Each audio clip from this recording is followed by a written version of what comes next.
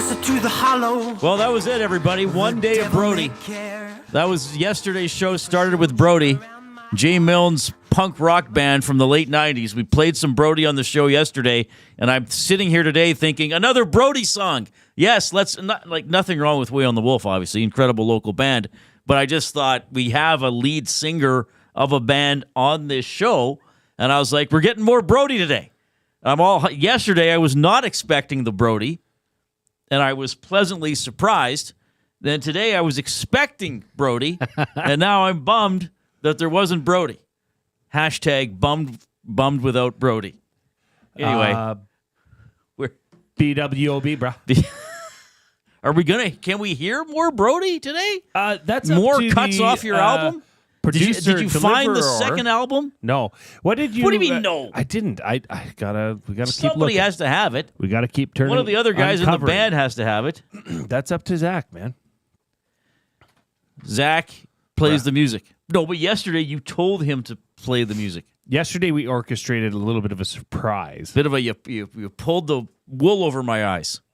A wee bit. Yes. I thought it was a great reaction. Just like that time you got me that sheep. Yeah. Just like that. Oh, Reid. All right. Oh, Reid. Well, I hope there's Brody. Do we have the CD? Why is the CD not even here? You have to keep marketing it. What if you made more pressings of the CD and sold them through the Nasty Club, through our website, EdmontonSportsTalk.com, where you can also stream the station live?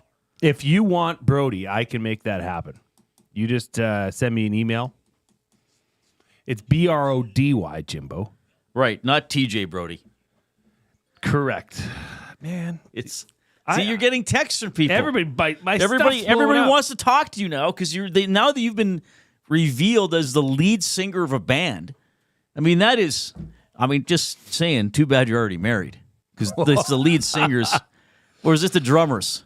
I think it's the lead singer. Got to be the lead singers. Yeah, sometimes the guitarist. I guess it depends on the charisma of the individual. Yeah, it's whoever brings it the most. Well, that would have been you, I would think, in Brody. You were the front man. The front man, yeah. Well, it didn't hurt in my now wife, April. Is that part of the reason you're married to April? Obviously. That she saw you as the lead singer in Brody? Had to be. So she went to one of your shows. That was probably the final nail in the coffin. Oh, you were already dating. Yeah. And then you said, hey, by the way, babe, I don't know if I mentioned this on any of our previous 45 dates. I'm a lead singer of a band. Yeah, you want to come? Yeah. You want to come to a gig? I could get you a ticket, probably even for free. Oh, no, I'll pay for it. No, it's okay. I got it. It's okay, babe. It's okay. We went to a show, I think, I forget the name of the place. It used to be, it then turned into Piano Bar, and then it turned into I think a Japanese restaurant on Calgary Trail. Do you remember where the old A&B Sound was on Calgary Trail? Oh, down by South? Yeah, it was between like 23rd and 34th Ave. That's right. Right. There was a place just south of there, Sound. kind of in the general. I think there was an Outback Steakhouse around there. Then there was a bar, and it was like a night spot. Yeah, I think it was a piano bar at one point. Okay. We played a big gig there, and I think that was what the drink, Tanis. Somebody put it in the Nasty Chat already? The drink. Yeah, I don't remember that. Wow. It was a cool place, and they had a wicked venue for live music. I think that was Did you get paid for your gigs? Did you make any money off of being in Brody? Of course you got paid for the gigs. Did we make money? No. We bought our own PA system. Oh, so that was expensive. Yeah, so we had our own monitors, our own amplifiers, our own soundboard. The next progression would have been to get wireless ear pieces for the monitors. Oh, wow. Yeah. But then the band broke up because you got married. No. Oh. No, don't throw that on me, bro. Jimmy quit and Jay Milne got married. The drummer, who oddly enough reached out to me yesterday, had nothing to do with Brody being on the show, and inviting me to his wife's a celebration coming up to play. And he said there'll be live music there, and instruments. So who knows? Maybe Brody gets back in the saddle. That'd be awesome. I'd love to see a Brody reunion. Me too. It would be a blast. It would be fun. A couple, 2-3 I songs. might even tops. consider leaving my house to go. Oh, Nelly. That'd be classic Wilkins, eh? Hey, Reid, Brody's having a show on Friday. You going to come? I don't know. Wolfman's on TV. We'll see. Let's come for the first 3 songs. What do you think of this? Like, I obviously have revealed myself as a former lead singer of a band. You are now coming into your own as the voice of Make My Day. It's Makes My Day. Makes My Day. Yes. Do we have access to that soundbite? Because I don't think I could reproduce it. I think you could. It was you. But I was standing up. Makes My Day. I didn't know it was going to be a thing, though. I just did it spur of the moment. And now glorious. on the Nielsen show, they're playing it for everything. Well, and it's so fitting for so many different reasons. You know, they were talking this morning about, Skinner's shutout. Off the top of the show, they played it quite a bit. Day. It's great. I'd like to get access for that. Well, it's nice to. Yeah, I appreciate but that. I think that Dustin and Eric are supporting our dunk antics. But yeah, I didn't expect that Dustin would pull that out and make a big thing about it. Speaking of, so I referenced Summer of '69 there with what was it in the actual song? Jimmy Quit, Jody Got Married. Yep. I stumbled across on YouTube. I think it's a recent performance because it says the video is only a month old. It's Bryan Adams at, I think, is it Royal Albert Hall in London? And they play those first iconic notes of Summer of '69, and he goes, "Got my," and stops singing, and the whole band stops playing, and the crowd just like first real 6-string, and then he does like one guitar note, bought it at the 5, and they just sing the entire first verse with Adams and his band on stage doing nothing. And then once they get to the end of the verse, then they play the song. That would be But cool. it's got to be that and it's not, most big bands or acts or singers, but that iconic song, and you can, there's that website now, that set list website where you can look up set list and it'll give you a count of, it's probably, I don't know if it's deadly accurate, but how many times a band has played a song. Right. I guess, sometimes I wonder, do you get tired of playing that song? But then I also realize it's also their profession. I think the reaction from the crowd just makes you want to knock it out of the park even that much more. Right. Like, how many times has Metallica played One or Nickelback played Rockstar? According to this song, it's setlist.fm. According to this set list, Bryan Adams has played Summer of '69 live exactly 1,600 times. But you got to do it. You got to do it. Well, that's why they say you got to play the hits. But I wonder what it's like playing a song. So would not Summer of '69 be 41 years old? My God, I feel old now. Because I've told that story. Reckless was the first tape I remember getting excited to buy. Because it came out in '83, didn't it? You're asking the wrong guy about that. I mean, that's. Well, yeah, because didn't you come out in '83? I came out in '81. You came out in '81. So. Version November 1.0. 5th, '84 is Reckless, so it's just over 40 years old. So, but I think, how cool is that you can craft something, that you can create something artistically that 40 years later still makes people feel joy. And people who wouldn't have been born when that song came out are singing along to it. Just because you played the first few opening notes. That's incredible. Don't you think? Like, if Brody had a song, even if you were a one-hit wonder, and you could just start singing it now and you knew everybody was joining in, that'd be awesome. We'll have to do that as a top 3 one day. Top 3 one-hit wonders. Oh, wow, that'd be like, right? To me that's a summer topic when there's no hockey at all. Sure. But that is a great topic. But some of those one-hit wonders, you would, that's all they had. Right. Oh yeah, Adams is not a one-hit wonder. But I'm saying Summer of '69 would be, I would think, his signature song that everybody would know. I actually think he has better songs than Summer of '69. I think Summer of '69 has the best opening 7 seconds. But I think as an entire song, I think somebody would be up there. Like Run to You is very good. Cuts Like a Knife is very good. Waking Up the Neighbors had all the hits. He hooked up with Mutt Lang for that one. But Summer of '69, that opening, that's just iconic, right? And everybody knows the opening. Well, we did that few on a lines show, of that. right? We played the opening 1 second. Did we play Summer '69? I don't know that I think we did. played Panama and a couple other ones. But what did you do just the other day? You did one. Oh, so I played Girls Just Want to Have Fun. Yeah. I said, what song is this? And I think I played less than a second of Girls You Just Want to Have don't Fun. need much. And you were like, Girls Just Want to Have Fun. And you would have been barely born or quite small when that came out. Well, that song, much like your Bryan Adams song you were just mentioning, has transcended time. Right. They've taken on new forms, and they're just timeless hits now. Yeah. Anyway, this is the Reid Wilkins Show with Jay Milne on Edmonton Sports Talk, your clear choice for Edmonton sports and a bunch of other stuff. Thanks for the RWO posts in the nasty chat on YouTube. If you are taking in the show on YouTube, give us a little click on the thumb up symbol. Our minimum goal every day is get to 100.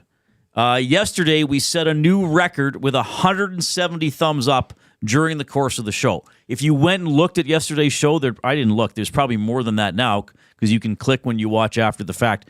But we got to 170, which is awesome. We thank you. We love doing the show, so we appreciate that if people like it and connect with us in some way.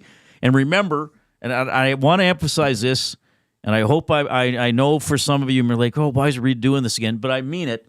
This is an awesome place to work. This is an awesome station. Edmonton Sports Talk is just incredible. Everybody here is very dedicated, yet we have a really positive, fun environment too. But we got to keep spreading the word.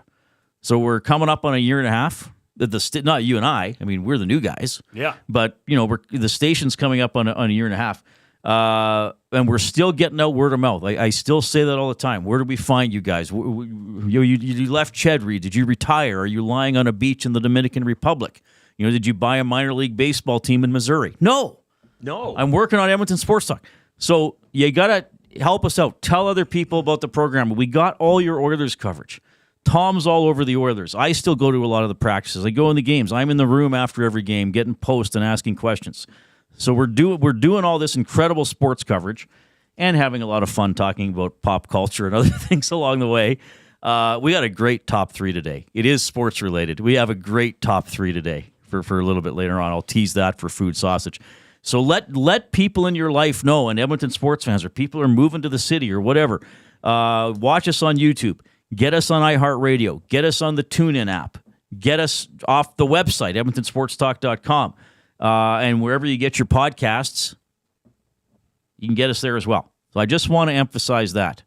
That's how we like when you give us a thumbs up and tell us you love us or hate us sometimes. That's fine too. If you're angry, people get angry with me sometimes. We're not for everyone. We'll turn you around.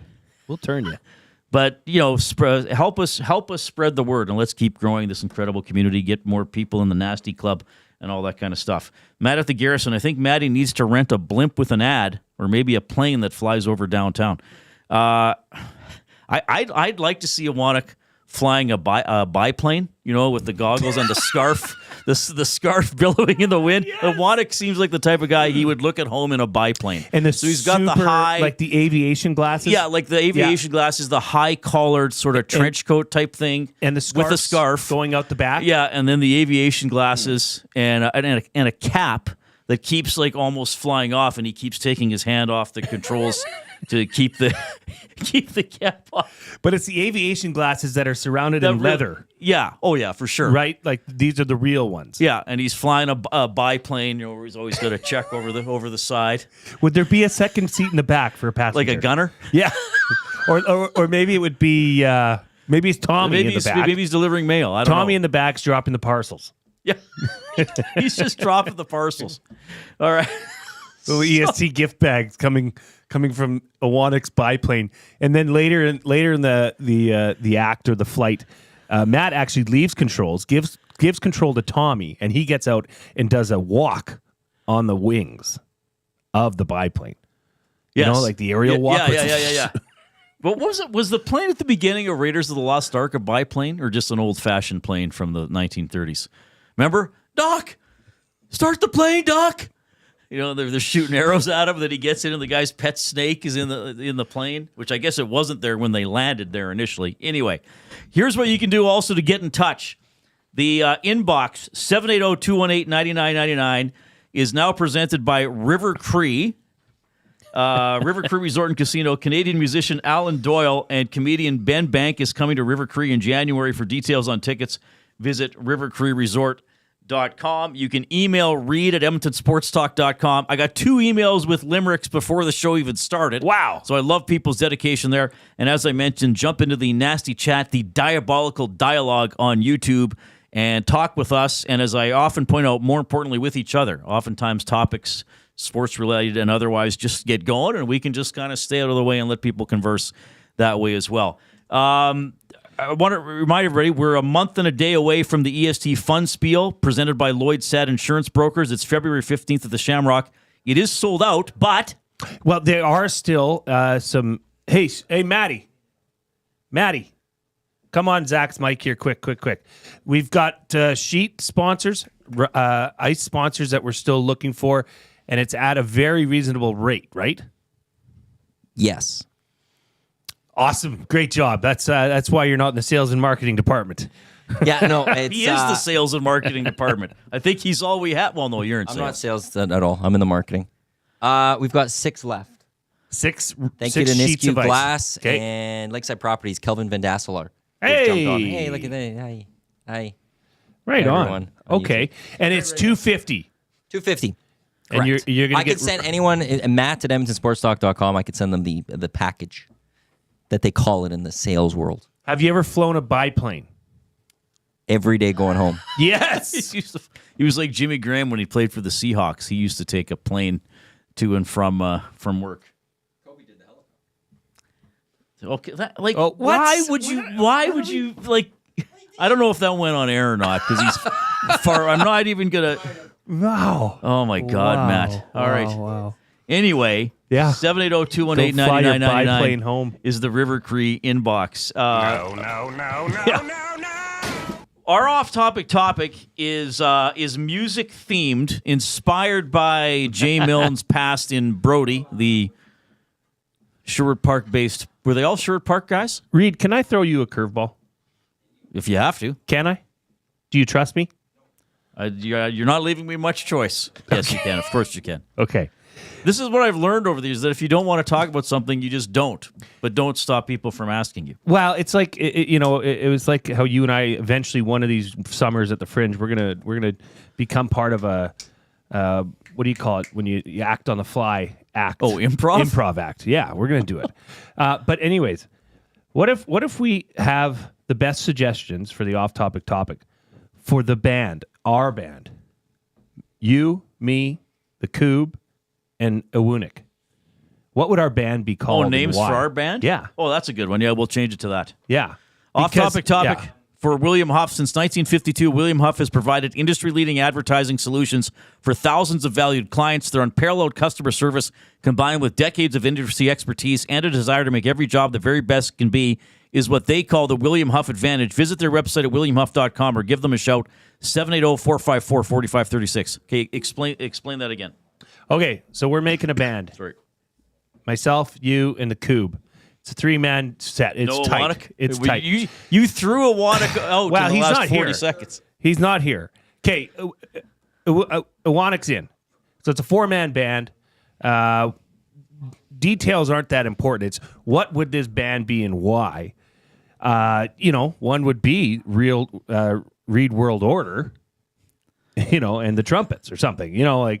There's always Reid and the Kickers or something snappy like that. What would this band be called? What do you got anything that comes to mind? Not at the moment, but I'd like to band name of the first album, what's on the album cover, hit single, wherever they want to go. Yeah, Iwanic and the Persnicks comes in from Big Uke. That's pretty good. Mex Bezozu, Afternoon Delight. I like that. That's also good. I Yeah. like that. Yes. Reid Silkins and the boys. Ooh, cool. Dropping a bomb. Reid Attaboy. Silkins and the boys. And a lot of people saying, boys, fans don't even know what they're missing with the whole EST crew that comes in from Baggio. Andrea from Calgary says, you don't even need to like Edmonton sports to listen to EST shows, as she herself is from Calgary. Oh, interesting. There you go. Okay. Oh, man. It's some good This is going to be good. We're going to talk more about the Oilers and the 1-0 win and some other topics related to the team. We're going to have Kirt Hill on, Edmonton Oil Kings general manager. He'll join us at around 3:40, 3:45 as they're well into the second half of their season. And the Oil Kings have been doing pretty good lately. 3 players were on the Central Scouting rankings today for North American skaters. So that's pretty cool. Jed Roberts is going to join us in studio to talk Oilers and football. We haven't had him on since the Elks named their coaching staff. We'll have a top 3 based on punishment for NHL players. Your boy, Kempe, $5,000 fine for the slew foot on McDavid. Maybe he was a little miffed that he missed the entire net on that first shot there. Turned into a great save. Well, it was a great save. It was a great save. All right, we got to call a quick timeout. We got the Kub with the sports update.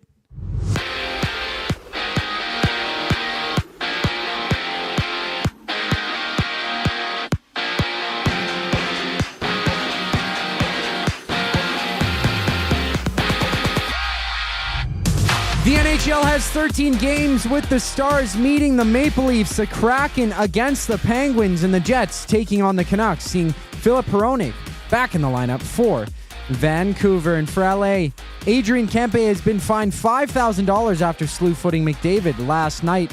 While in the NFL, the Texans have placed Deontay Johnson on waivers after he played just 2 games with the club, recording 3 catches for 24 total yards. Elsewhere, the Raptors are without Emmanuel Quickly on a day-to-day basis due to a left groin injury. And tonight, there's 7 games having the Nuggets battling the Mavericks and Nets going at it against the Trailblazers, while the Thunder and 76ers throw it down. This sports update is brought to you by Paramount Flooring, proudly serving Edmonton and area for over 30 years. Their showroom offers all the best and latest in flooring, tiles, and area rugs. At the corner of 184th Street and 107th Ave, they're open 7 days a week. Tell them EST sent you for 10% off your next purchase in-store or online at ParamountFlooring.ca. The Reid Wilkins Show returns on the other side of the break here on EST. I'm Zachary Kubusch. GCL Diesel has been serving oil country since 1972. From diesel cars to SUVs to pickups. From farm tractors to school buses to a big rig. From diesel generators to forklifts, GCL can test, troubleshoot, and repair all diesel fuel system components. Whether it's injectors, pumps, turbos, filters, or additive, GCL has the parts you need to keep your diesel running the way it should. For genuine diesel parts at wholesale prices, visit GCL Diesel in the West End or online at GCLDiesel.com. GCL Diesel. Diesel understood. Food Sausages makes their meat with nothing but the best local ingredients. From chicken, beef, and pork, their gluten-free sausages are packed with flavor. Every single bite. Get a 10% discount when mentioning Edmonton Sports Talk in-store or use the code EST when shopping online at foodsausages.ca. Plus, you get free delivery on orders of $100 or more. Find them at 6736 99th Street. Food Sausages. You can't beat our meat. Hey Edmonton, ready to take advantage of lower rates and better pricing? South Fort Chevrolet in Fort Saskatchewan has you covered. From rugged trucks to sleek SUVs. And with over 40 years in business, you can trust that you're getting the best deal on your new ride. As the proud title sponsor of the Nielsen Show, EST listeners can drive a little to save a lot with South Fort Chevrolet's transparent pricing and down-to-earth sales team. Visit us today in Fort Saskatchewan or online at southfortchev.com. The grand opening sale at Sit and Sleep is almost over. This is your last chance to take advantage of the special introductory sale prices on all mattresses. Stop in today for a free pressure point scan using cutting-edge technology so sleepologists can identify the perfect mattress for you. Right now, get free local delivery on any mattress over $7.99 and receive a free bamboo cooling mattress protector. Enjoy grand opening savings with every mattress on sale. Join us on location today for the final celebration at Sit and Sleep in South Common next to Planet Fitness. Don't miss out. The grand opening sale ends soon.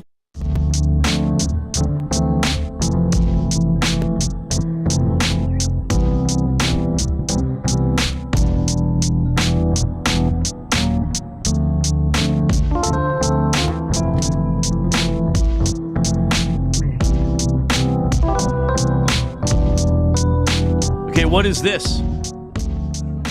This is just random music you're playing. Are we streaming an elevator? We might be. All right. Thanks, Coop. I want some Brody before the end of the show. I'll sneak it At in. some Don't you point worry. today, we need some Brody. Thanks a lot for joining us this afternoon. So the Oilers traveling today.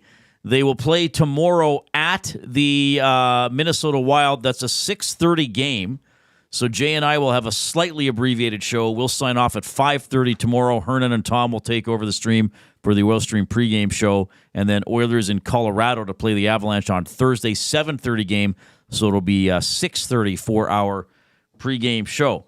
Oilers 1-0 winners over the Los Angeles Kings last night. Only goal of the game by the birthday boy, Connor McDavid, 4-on-4. And Stuart Skinner with a shutout. Give me some of your impressions or highlights, Mr. Milne. I thought it was an incredibly well-fought, battled game. I thought both teams were there to play. It felt like a playoff game. It felt like it had that playoff vibe, that playoff intensity.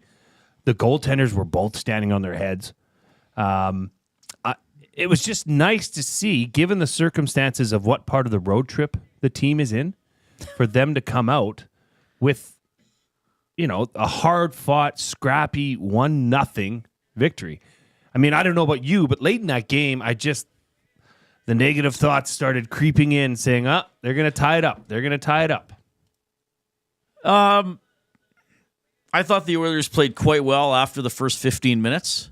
I do think it was a very close, competitive game. I think on the whole, the Oilers were the better team. I mean, they had the puck for most of the second period and large chunks of the third. They couldn't extend the lead. Again, Kemper made some pretty good saves. It was a tight checking game. Zach Hyman said afterwards, there's not a lot of room out there. Skinner was very, very good, especially in the first period. And I thought the Oilers were very under control and very detailed. There wasn't panic. There wasn't impatience, maybe a little bit early. I thought they tried a couple passes that weren't great. I mean, even Draisaitl, as great as he played, fanned on a couple of passes, which you don't see very often. But it was a solid game. It was an encouraging game. And again, you package that with what we've seen now for the past 9 or 10 weeks. And again, since November 9th, the Oilers are 21-6-2, which is a 759 points percentage. Next best is Washington at 717. Vegas is at 707.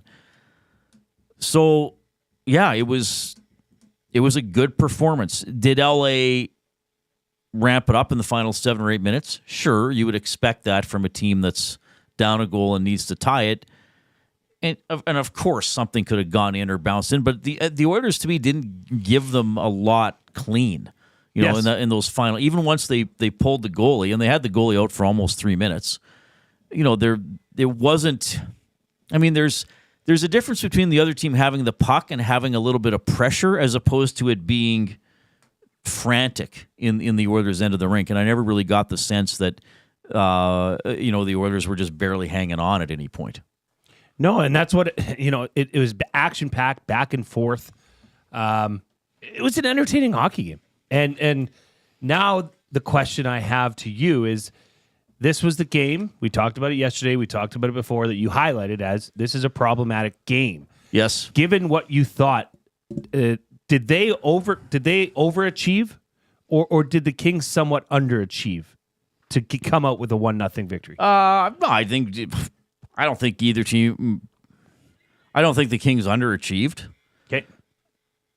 I thought it might be a problematic game just because of the schedule. Absolutely. And it did look that way early, but they got it under control, which to me is a sign of being a veteran team, being a composed team, and a team that understands, all right, this game might end 1-0 or 2-1, right? Like I do think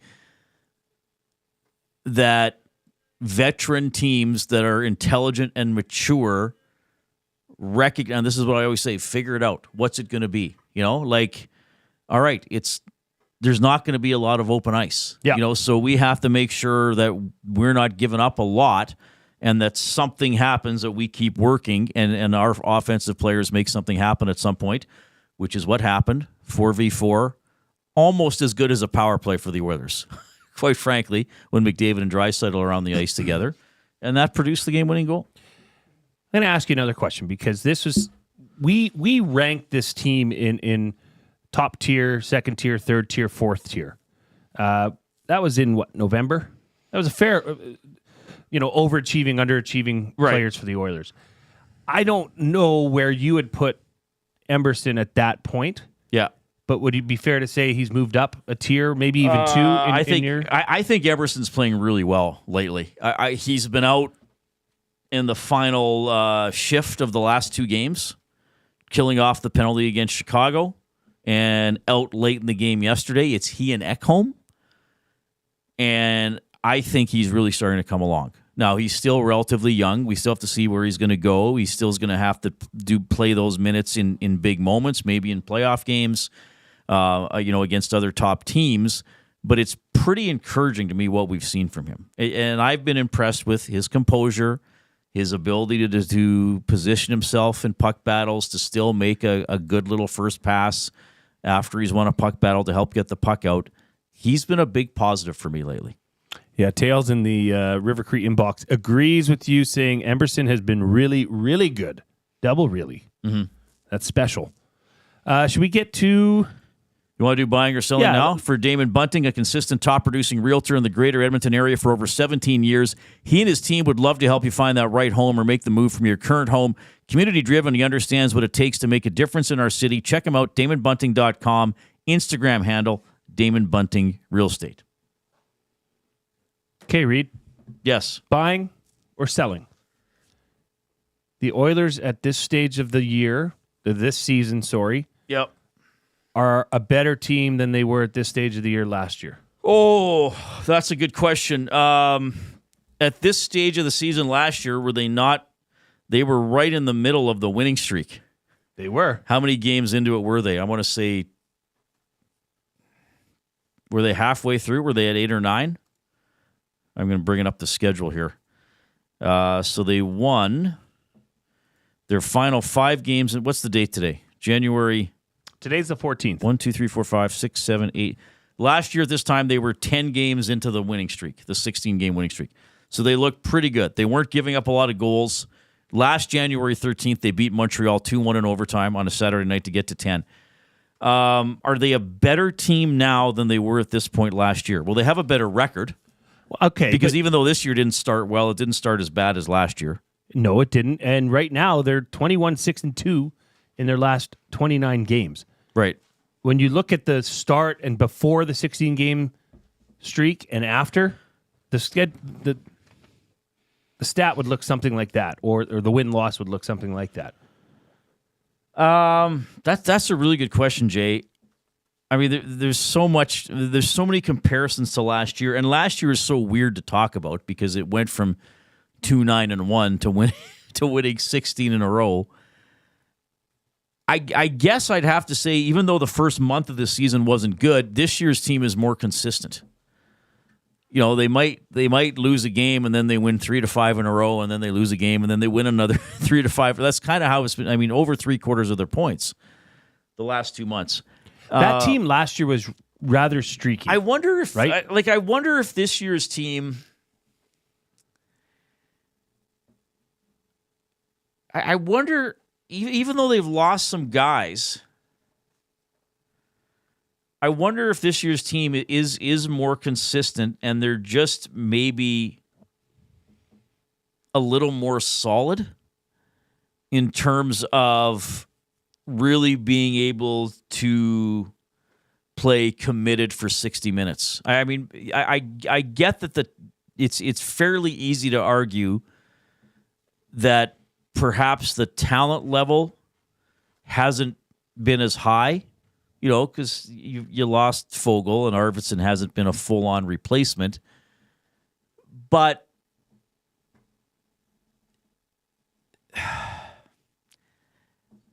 there are a lot of things I like about this team in terms of, and I use this word a lot, but some of the detailed and committed play. You know, we talk a lot about Podkolzin. Should he be on that line?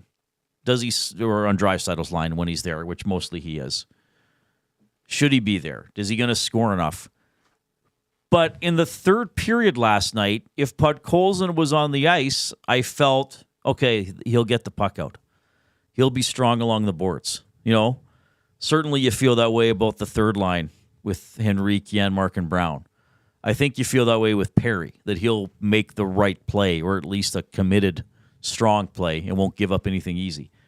I feel that way about Kapanen most of the time, quite frankly.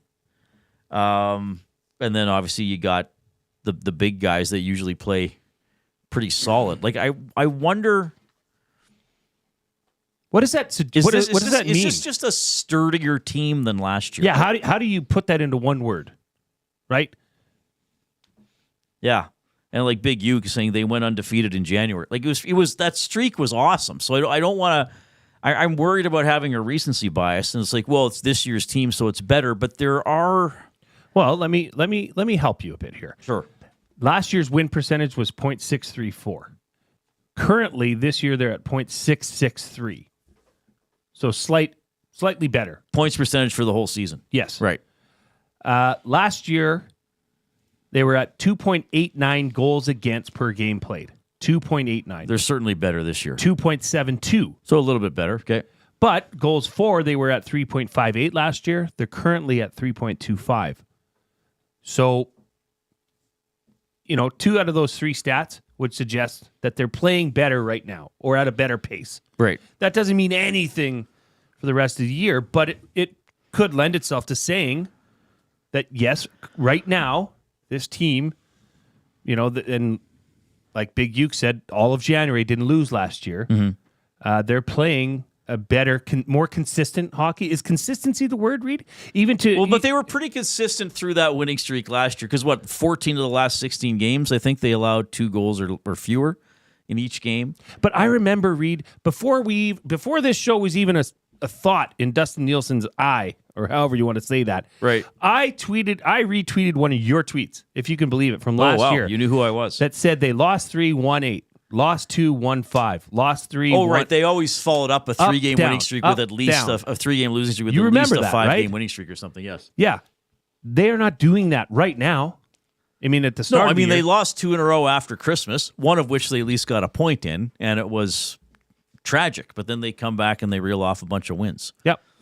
Maybe consistency. I don't know. I'm just trying to summarize what you said there, which is absolutely correct. Right. I think the bottom line is we're in a good era of Oilers hockey. And I know, we talk a lot about playoffs and what if they play the Kings and people fret about the weaknesses on the team. And I get that. But the bottom line is they're a good team. Get in the postseason, hopefully be healthy, hopefully get a break or two and see what you can do. I mean, they're going to be in the playoffs again. Maybe they'll play LA again. Well, and send us your thoughts. Let us know what you guys think about this. Is this a better team right now, or is this seeing through rose-colored glasses because it's pretty damn good right now? Yeah. Mech says this year's team is very business-like, which should scare the rest of the league. I think that's a good way to put it. Easy E says, have they won more than 4 or 5 in a row this season? No, I believe a 5-game winning streak is their longest this season. So, but I mean, last year they needed. They had to, yeah. Yeah, and as much as we started about the start this year, they were 0-3, which was bad. And even, they were a game under 500 in October, or weren't they 6-7-1, and then they kind of took off? So it's not as if they were horrific. They were kind of mediocre for a while. Anyway, it's a good discussion, but this is a good team, and I like the way they've won some games lately. We will have Kirt Hill, Edmonton Oil Kings general manager, coming up. We'll have the oil understood for GCL Diesel. Here comes the Coupe Sports Update.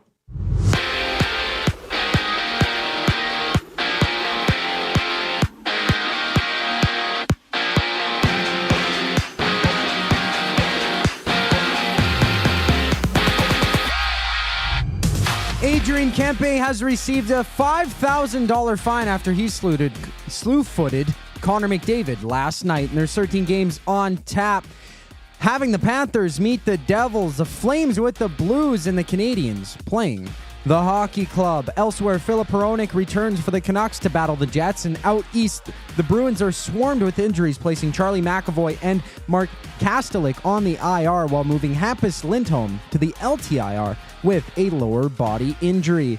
In the NFL, the Texans have waived Deontay Johnson after he suited up for just 2 games in Houston, making 3 catches for 24 total yards. And on the court, Raptors' Emmanuel Quickley is listed as day-to-day with a left groin injury, while today's slate has 7 games, including the Cavs tipping off against the Pacers and the Thunder facing the 76ers, with the Raps back in action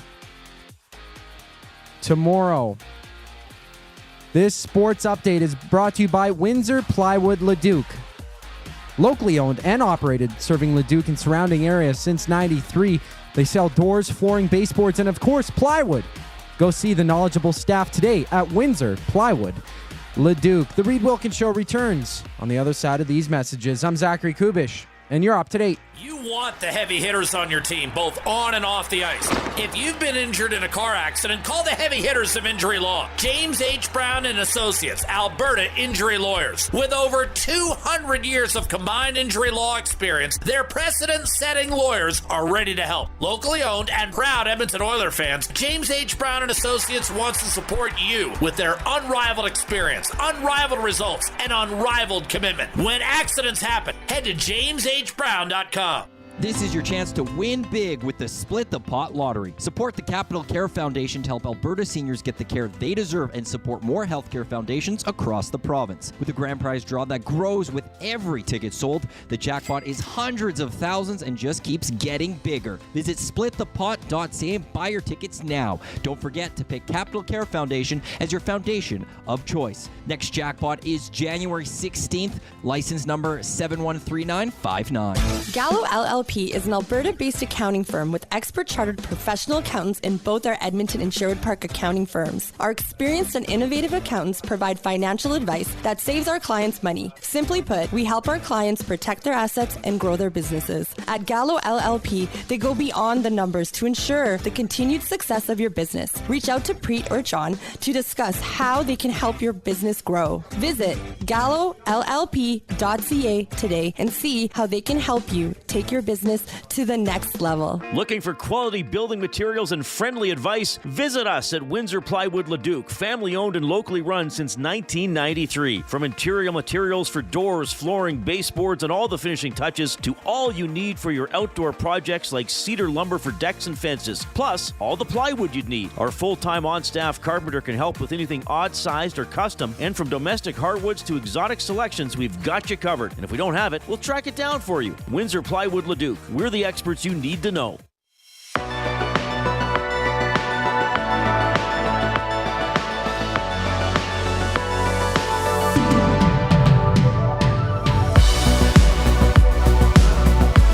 All right, appreciate you tuning in this afternoon. More on your Edmonton Oilers, more of your comments as we move along throughout the afternoon. Jed Roberts, our weekly guest here on the Reid Wilkins Show with Jay Milne, is going to join us as well, and we'll have some fun with the band names that you're sending in for if our afternoon show had a band, and we'll have a very fun top 3 all before 6 o'clock. Love talking about the Edmonton Oil Kings. We've had some great interviews with many of their players here since the season started. Today we're going to go into the front office, though. The GM of the team is Kirt Hill. Kirt, you're on with Reid and Jay. How are you doing? Good, guys. Thanks a lot for making time for us. Always a pleasure to talk to you. I just want to start a little bit generally here, Kirt. I mean, you guys have kind of been in that 4 or 5 spot now in the conference for a while. It seems to me when I look at the standings and look at your results, I kind of feel like the team is trending up and really heading in the right direction. How are you feeling as the GM? Yeah, no, really good. I think, into the season, looking at our schedule, we've 15 of our 20 on the road, got a couple 3 weekends, so getting through that was going to be tough year just with the travel, and I always kind of felt that if we got through that around 500, we'd put ourselves in a really good spot for the second half of the season, and we did that. And really since the start of December, our teams played extremely well, and coming back from Christmas here in 9 games, we're 6-2-1. So the guys have been playing a pretty good team game, a lot of complete games, and feeling really optimistic about the direction of the group. I wondered how you approached the deadline, which was on January 9th. I know you guys got Ryan Gower, defenseman. You made another trade. You traded away a goaltender and got a draft pick. I remember you and I did the interview the day you traded Dylan Gunther for about 2,000 draft picks. But this was maybe a little. What was your thinking and your approach going into this deadline, and how did you feel about it overall? Yeah, just with the way the team was playing, I think, it was a deadline we went into, not really looking to rock the group too much. And, we were looking at some things maybe to add. But at the end of the day, it was going to have to be the right piece to keep the culture in our room strong. And, credit to the guys, they've been playing extremely good hockey. So, we were kind of poking around, seeing what was out there a little bit, but nothing came to fruition other than, a couple moves, as you mentioned there, with more prospective players kind of in the future. And, and again, a lot of the teams we talked to were looking for some pretty high draft capital. And, just coming out of a couple tough seasons here with the position we've put ourselves in this year, we have potentially 4 picks in the first 2 rounds and a real good opportunity here to set this thing up for, a considerable amount of time. So, that was the approach we took, kind of protect our draft inventory over the next 4 years. And, the group's playing good on the ice, so hoping they can continue to do that here in the second half. Kirt Hill joining us here, Oil Kings GM. You got Jay. Notice that there was 3 players that came out on the midseason NHL scouting Central Scouting Bureau report: Blake Fiddler, Ethan McKenzie, and Lucas Sauchin. What does this mean for these players to be on that list? And can you explain, I guess, how this whole list comes together? Who puts this together? Yeah, I guess the first part is what it means for those players. Obviously a testament to the way they've played so far this season, being recognized, and obviously for them, guys get really excited about seeing their names on the list, and starting to potentially think of themselves getting drafted in June. And the second part, the way the list comes together, NHL Central Scouting has their staff. They get input from some of the NHL teams on, what they think about players, but it's, primarily the Central Scouting that's putting the list together on their viewings and, getting some feedback from the teams and kind of going from there. Friend of the show, and obviously somebody you would know well, Guy Flaming, sent out a tweet on X, and he said he was surprised that goalie Alex Worthington wasn't listed on the midseason rankings. Did that surprise you as well? Yeah, certainly. 2 guys that kind of surprised me that I thought would be on there, Alex Worthington and Gavin Hodnett. With Alex, he's, maybe it's just that he's 19 and kind of hasn't been in the league the last couple of years, so maybe just a little bit hidden in that sense of the matter. But I know there's lots of teams, consistently reaching out to us on him. And so at the end of the day, maybe not too much to think into there. I know teams are extremely interested in him, and they should be. He's been exceptional here through the first 40 games of the season for us, very consistent, and has provided us with a lot of a really good first half of the year. And I can say there's been some nights there where he's won us games, and and his consistency through the first 40 has been fantastic. Kirt, Reid again. I got to ask you about the changes here with the NCAA and Major Junior and the fallout that could have. And I realize that maybe I'm getting ahead of myself, and you might say, ask me again in a few months, but what do you anticipate I hear everything from the WHL is going to get younger to people saying, the Major Junior will be fine, but U Sports is going to lose. I don't know. Is there an area that concerns you or a direction that you see this going for Major Junior with this change with the NCAA? Well, I certainly think from the graduating player standpoint of the 20-year-olds who in the past have gone to U Sport, there's been a considerable amount of players that have already committed to NCAA schools. So I think, I guess off the top, that's already shown that it's going to be a factor that's going to come into play now and there's even been the odd 19-year-old in our league that said that they're leaving next season and going to do that, not going to play their 20-year-old season in the league. So, I think from that standpoint, players have been graduating from our league and going to university hockey in Canada for a long time. I guess some of them are just going to be making the decision to go to the U.S. now, which is a new opportunity for those players. I do think that I see a trend of a lot more American players coming and wanting to play here now, especially some guys that are younger, or maybe some guys that aren't ready to go to college at 18 years old or 19 years old, that maybe need 1 or 2 years to play before they are old enough or ever developed enough to move on to that league and play against older guys. So I do think that there is going to be a trend coming of a lot more younger American players coming to Canada or coming to the CHL to play. And then I guess the rest we'll kind of see how it plays out through the summer months here. But definitely those two things, the 20-year-old players going to the NCAA and more American players coming. I mean, we've already started to see that happening. So I could say those things are probably trends that are gonna stay coming. Okay, gotcha. Kirt, always love talking to you. Thanks for the update on your club. I know you ran into a very good Medicine Hat team in your last game, but what did you say? You were 6-2-1 in your last 9, so pretty good run.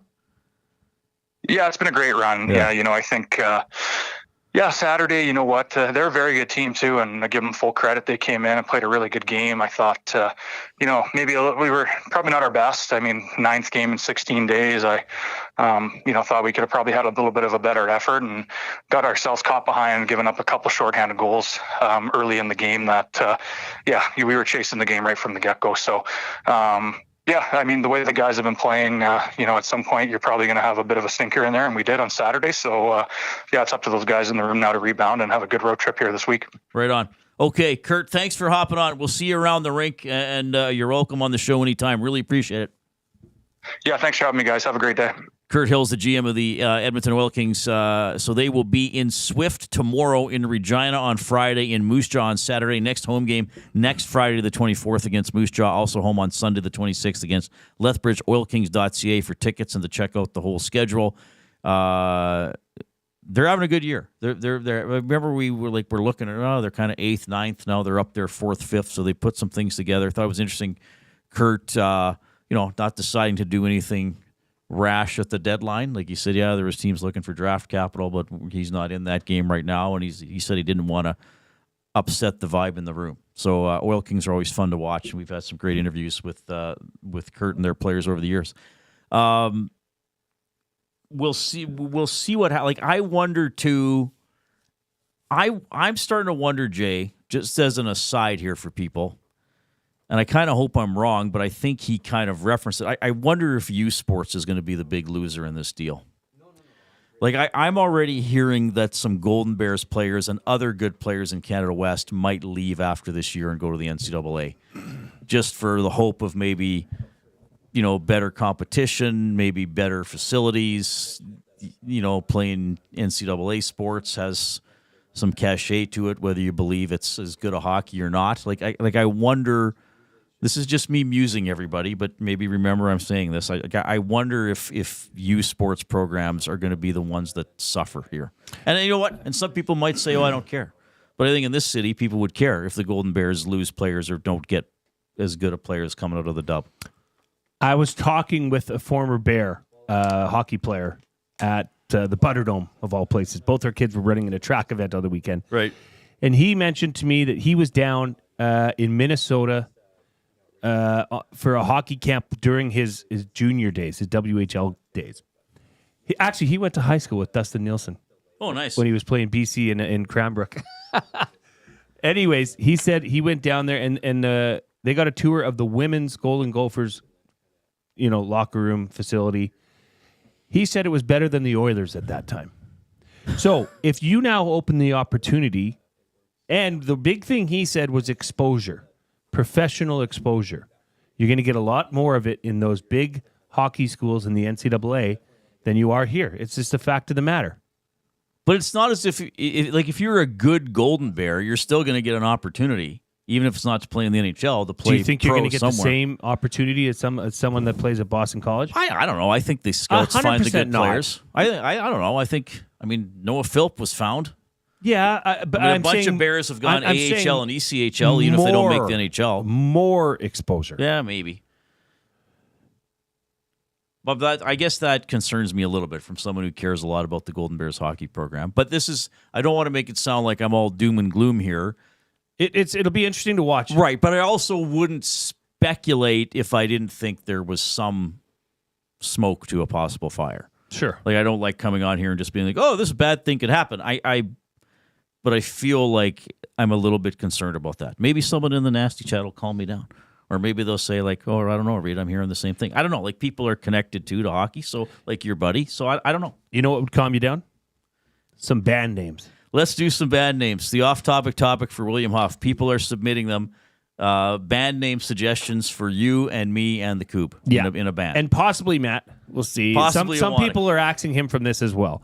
Aiden O'Neill, 4 guys, 1 band, no plan. Or Let's say that again. 4 guys, 1 band, no plan. That's the full name for the band. Yeah. Wow, okay. Or Reid, Jay, Matt, and that other guy. Oh, poor Koob. Poor Koob. Lacombe Drew. Don't worry, Koob. You get your shine here. Lacombe Drew. Ice Koob and the Trays. That's pretty good. Or once you kick out a Wannock, it's just Ice Cube Trays. And Trays spelled like Tres. Oh, like multiple Trey Forts. There you go. Big Uke. Band. Awanak and the Persnicks. First album. I'm right. You're wrong. First song. Corrections? Yeah, please. The band would kick out Awanak shortly after the first album drop and go on a small tour as just the Persnicks. Never make it big, but would open up for Brody on their world reunion tour. Oh, you're in both bands. Jay's in both bands on that tour. Well, it just makes it easy for the promoters, you know? Right. How about now this isn't, how about the EST Reeds and REEDS? Heavy metal covers, but done only with woodwind instruments. That's very creative. That's I like very that. good. Here's the clarinet version of Enter Sandman. You suck. Mex Bezozu. The Reading Rainbows. Reid spelt like your name. Yeah, pretty good. Not bad. William Mike Spear. Hey, guys, for band names, I'll assume you'll be a Def Leppard cover band. So the Pyromaniacs. If not, how about Koob and the Saws? That comes in from Nice. Mex Bezozu. Archangel Gabriel Reed's Riddlers. And Rob from the Grove. Hey, guys, here's a few band names. Wilkins and the Milne Line, Wilkins and the Wildcards, the Sports Junkies, or the Sports Talkers. I like Wilkins and the Wildcards. The Mike the Michigan Fan. The Limericks. Oh, of course. yes. Of course. Well, speaking of limericks, let's get to one here that came in on the Nasty Chat, actually. Reid and Jay on the airwaves play with sports talk that brightens the day. Brody Band takes the stage with Jay's voice, all the rage. A performance that blows fans away. Well done. Here's one from Waddy in Cloverdale. Jay once had dreams of football and rock. After that, he pushed furniture stock. But then he met Reid. I think it's agreed he's found a home in sports talk. That's very nice. Wow. That is very nice from Waddy in Cloverdale. We are in the James H. Brown studio. James H. Brown Personal Injury Law Firm, the heavy hitters of injury law with over 200 years of experience. James H. Brown will get you the settlement you deserve. Visit them, jameshbrown.com. Book your private consultation today. We got the oil understood for GCL Diesel coming up. We'll hear a little bit from Chris Knobloch and some of your feedback about the hockey team as well. It's 4 o'clock. Get to know the winners, props, plays, parlays, and more with Nielsen and Hustler. Weekday mornings at 11 on The Lock Shop. Only on EdmontonSportsTalk.com. How do you beat those winter blues? How about a double shot of classic rock? River Cree Resort and Casino and K97 proudly present Helix and Sweet. February 28th, live in the venue.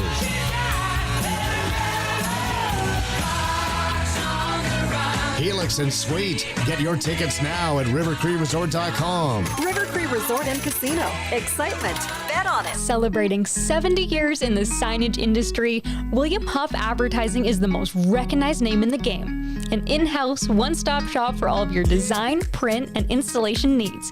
William Huff provides quality graphic solutions for everyone. Here in our City of Champions and throughout the nation, they are the preferred signage partner entrusted by many of the biggest corporations, pro sports teams, and organizations to bring their identity to life.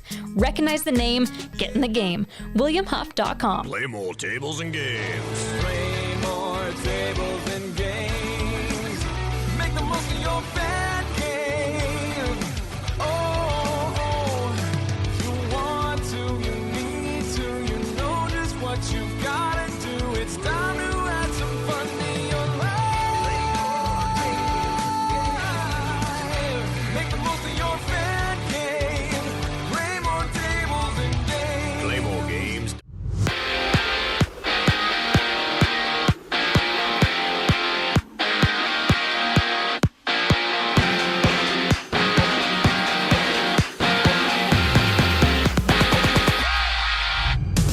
Philip returns to the Canucks lineup when they face the Jets, and the Golden Knights throw it down with the Predators, while the Lightning and Bruins duke it out on a 13-game schedule. And Boston has moved Mark Kastelik and Charlie McAvoy to the injury reserve, while placing Hampus Lindholm on the LTIR with a lower body injury.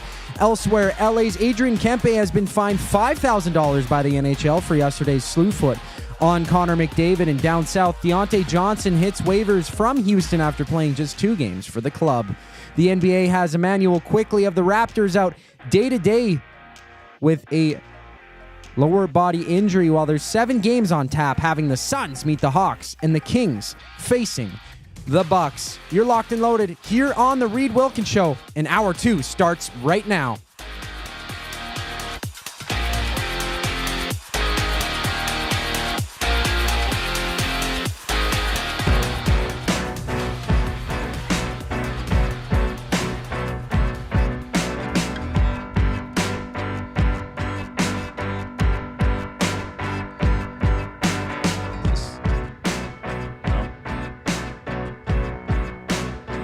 See, I know this doesn't sound like Brody. I know this isn't their sound.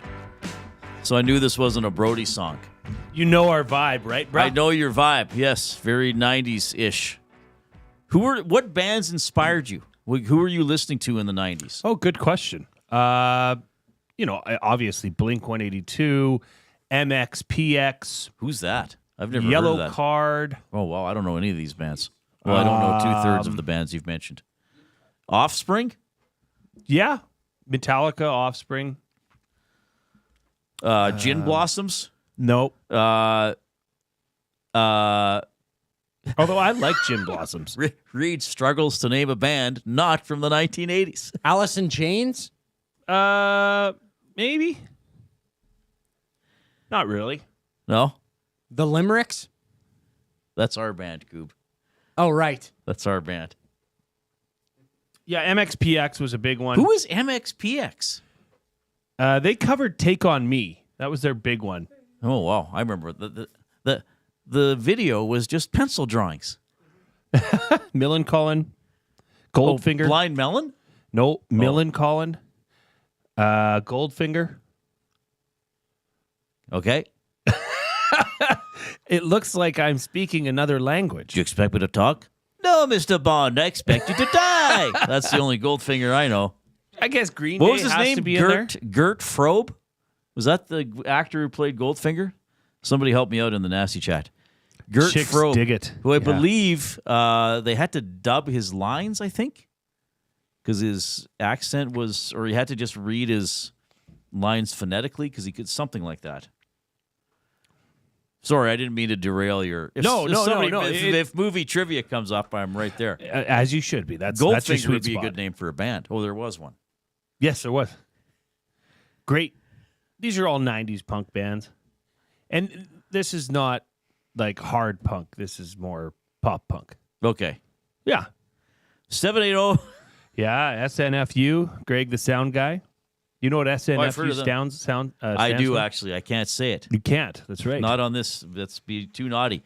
Portions of this hour, by the way, presented by Canadian Brewhouse. Wing Wednesdays. Unbeatable at the CBH. Only 69 cents each and a mountain of flavors to savor. Flavor of the month in January. Passion fruit habanero. Do that wing thing every Wednesday at the Canadian Brewhouse. That's tomorrow. Yes, Gert Frobe for Matt Hyman. I don't know if I'm saying it right because is that an umlaut over the O? Umlaut, yes. Umlaut. Umlaut. Thanks, Coob. Jay, did you go emo? Did I go emo? Yeah. No. Why? I don't know. Some days he puts on a little black eyeshadow after work, though. Can't resist. He can't resist the look. All right. Keep the band names coming in, or really whatever else you want to write us. It's always fun to hear from you. We're having a fun show today. Oilers coming off that 1-0 win over the Los Angeles Kings. Connor McDavid scoring the game winner on his birthday. Did you hear the attempts at happy birthday on the TV broadcast? Sorry, I didn't hear it. Did you hear the attempts at happy birthday? The crowd singing it to McDavid last night? They didn't come through overly loud and clear, I didn't think. They didn't come through in unison. Yeah, there was some plan to sing it at a certain time, but I don't know how well it well it resonated. But nonetheless, it was kind of fun. Let's get to the Oil Understood for GCL Diesel, providers of the best diesel engine components around, from turbochargers to injectors, fuel pumps to sensors. I'm pausing in the middle now for GCL Diesel. They're the critical engine component experts, proud to serve Edmonton and Northern Alberta for over 50 years, now a proud partner of Edmonton Sports Talk and the Reid Wilkins Show. GCL Diesel. Diesel. Understood. Okay. What do we want to do here? Do we want to do a little bit of audio? Do you want to do some text? We got some options. Yeah, I think I want to continue that talk. We could have planned that during the commercial, everybody, but we didn't. And we weren't even playing track and field. That's the fun. I didn't even bring any books to read during the show today. I think we got to continue that conversation we had during buying or selling. Is what's the difference? Is this team better? Is this team the same as last year? And people were chiming in. Here's what I think, Jay. This is from Jason in Leduc. They are rigid. They won't budge from the game plan. The difference in goals for this year can be directly tied to the lower power play percentage, which is fair. Yeah, as good as the power play still is, it's down from last year. Big Uke, this year's team is doing better in the standings than last year, and the power play can still be better. McDavid can still be better. Bouchard can be better. That should scare the hell out of the league. Interesting. Not a bad point. Bouchard still doesn't have a power play goal, right? Just We're over halfway unbelievable. through the season. Unbelievable. That is. It's hard to believe. It's not unbelievable. Now, these are some that I've set aside that were more specific to last night's game, okay? Okay. Huge statement win by the Oilers. We know they can score, but to put that game to bed relatively quietly shows they are versatile and are a versatile and poised team. That comes in from Anonymous Al. Anonymous all. Yeah, I mean, here's the thing. It all works together, right? Like, of course, we talk about individual players. I do it too, and I know there's always Skinner this, Pickard this. Skinner got a shutout, so the goalie deserves credit. I mean, I can think of two huge, really good saves in the first period. Obviously, the save on the 2-on-1. I thought there was a save he made off the shoulder in the first period on the Kings power play where he really got out and took away as much of the net as he could. And then just a lot of good saves. And Kemper was good too, to be fair. But I also think if the Oilers play the way they can, they take stress off the goaltender. I've referenced how the players have said, not just this year, but in past years, we want to be predictable for the goaltender. Or Skinner will say, as long as they're defending predictably, then I sort of know where the play is going, right? And I thought that the Oilers did that last night. They certainly did it in Boston. They did it mostly in Chicago. You could even say they did it in Pittsburgh after the first period, though they had the puck the whole time. But we're seeing, I guess that's the thing, we're seeing a repetition of performance. Like it's like consistency. Yeah, well, I guess that's a good way to put it. Yeah, and then an annual tradition became a yearly custom. Repetition of performance. You mean consistency? But I guess I'm sort of. It's almost like trying to think of another example. Or sometimes I draw things in from other sports. Yes. Okay. What? The great golfers in the world who shoot 4 under in the final round to win the tournament. They probably didn't go out thinking, okay, I got to make 4 birdies. They probably went out there thinking, I gotta make shots that will lead to pars. I have to make responsible pars. And then if you're playing that way, you probably get a birdie or 2 along the way. Or they think, okay, these are the difficult holes. I have to make sure I par those. I can't make a stupid shot there. But then they might think, okay, here are the 3 holes. That pin position sets up to how I want to play. That's the pin. Those are the 3 pins I'm going to go at. I'm not going to go after all 18. I'm going to hit the middle of the green on 15 holes.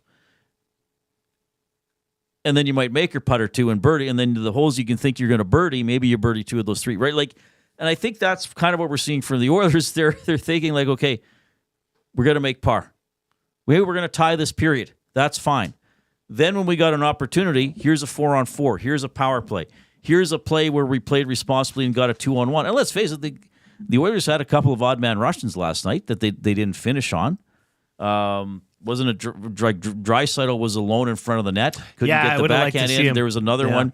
So by playing patient and responsible and thinking, okay, we're not going to give up anything cheap, which is when they were crappy earlier in the season. That's what they were doing, throwing the puck away, not back checking, not covering. So I guess that's why I use the term what did I call it? A repetition of performance, even instead of the word consistency, because it's shift after shift, committed to a style of play, committed to we're not going to give the game away. Well, I think I just talked a lot and didn't really say anything, but that's okay. No, you said a lot. You said a lot of good things. But when you say make par, yes, you go out and make par, but you know what you don't, what you know you can't do is make a double bogey. Right, that's the one. Right? Those are the ones. That's the one that you cannot Maybe there's commit. a bogey, but you can't blow up. Can't take a 7 on a par 4. Can't take a snowman. Can't hit the water hazard. Yes. Right. So you got to eliminate the major mistakes and just try and keep it as straight and narrow as you can. And 2 words that come to mind are preparation and game plan. Mm-hmm. Stick to both of those. And in that, like you said, you want to go cross different sports. That you can go across any sport. The team that's going to come out on top is the team that makes the least mistakes and has the best preparation. Right. That is sports 101. And it seems like they're doing a pretty damn good job. And I think that comes with, yes, talent is important, obviously. But yeah, I think maturity, I think commitment. And I remember, this was it's a slightly different thing, but I talked about Pud Colson, and we've often debated his ice time, where he should be in the lineup. But I think he's a reliable player without the puck.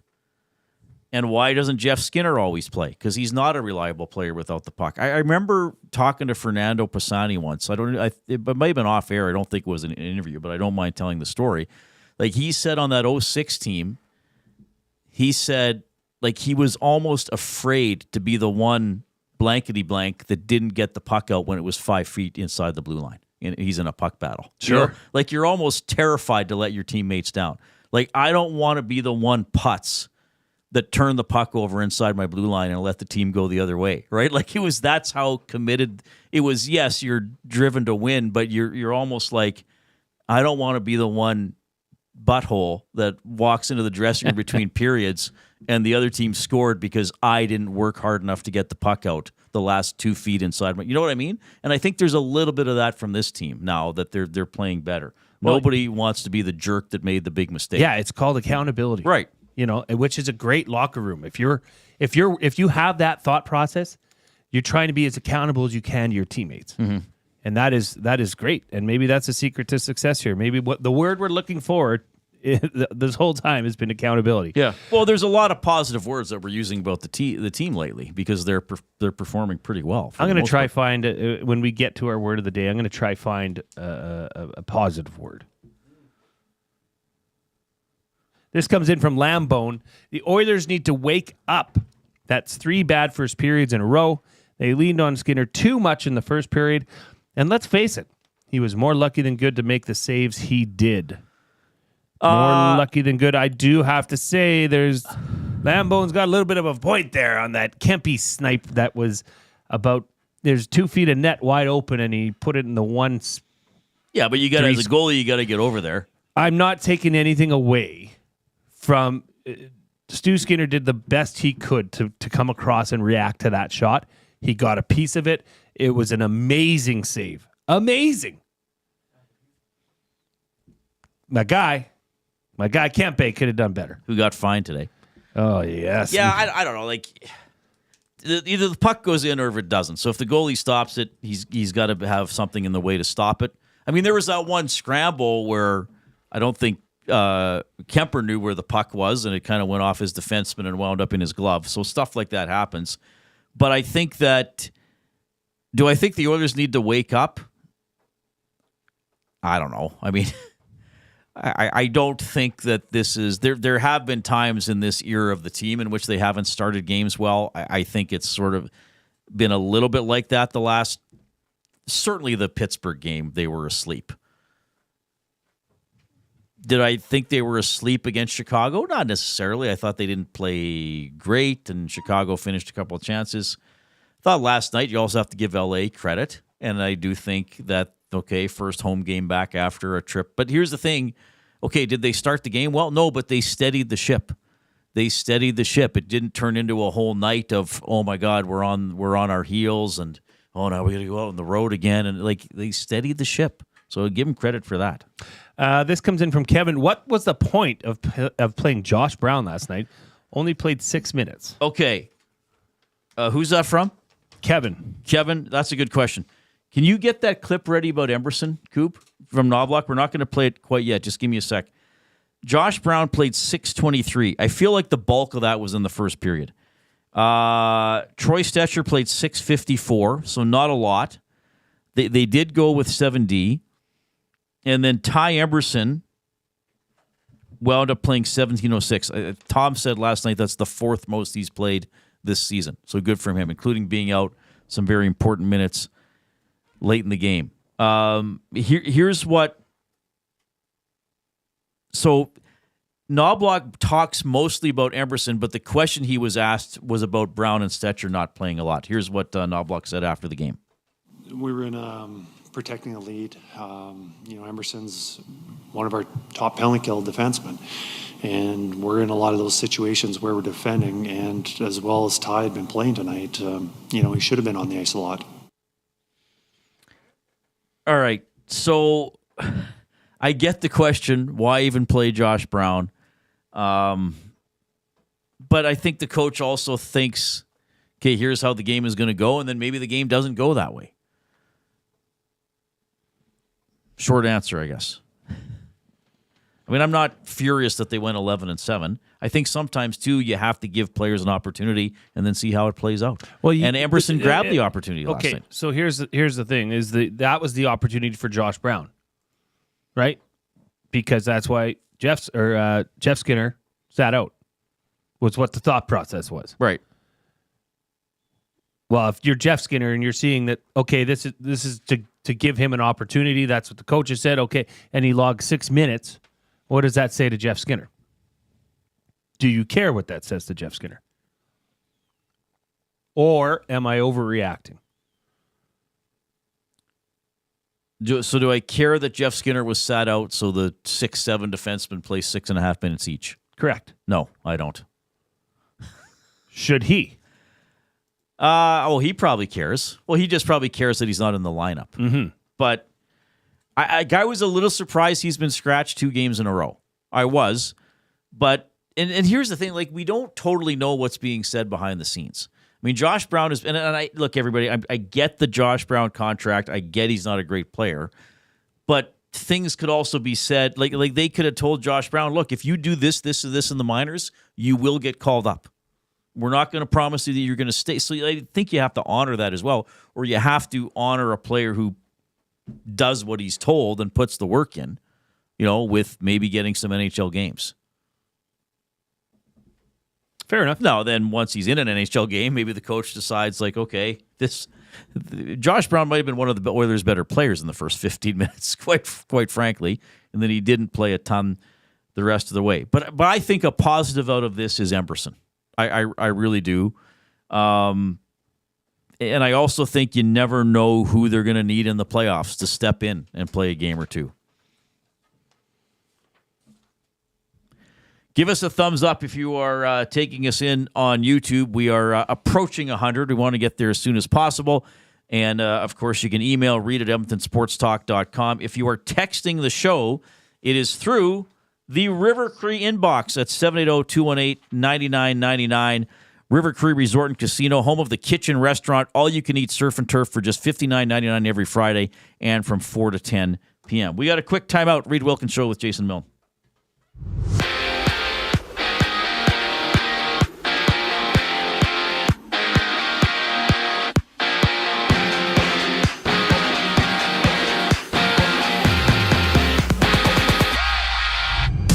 The NHL has 13 games with the Stars meeting the Maple Leafs, the Kraken against the Penguins, and the Jets taking on the Canucks with Philip back in the lineup for Vancouver. And for LA, Adrian Kempe has been fined $5,000 after slew-footing McDavid last night. The WHL sees just one game between the Winterhawks and the Raiders, while in the NFL, the Texans have placed Deontay Johnson on waivers after he played just 2 games with the team. In basketball, the Raptors are without Emmanuel Quickley on a day-to-day basis due to a left groin injury, and tonight there's 7 games having the Nuggets battling the Mavericks, the Nets going at it against the Trailblazers, while the Thunder and 76ers throw it down. After a quick timeout, Jed Roberts, Double E alum and known Broncos fan, joins us in studio. And this sports update has been brought to you by Find Edmonton. Find takes your unused furniture and home goods to help those moving out of homelessness.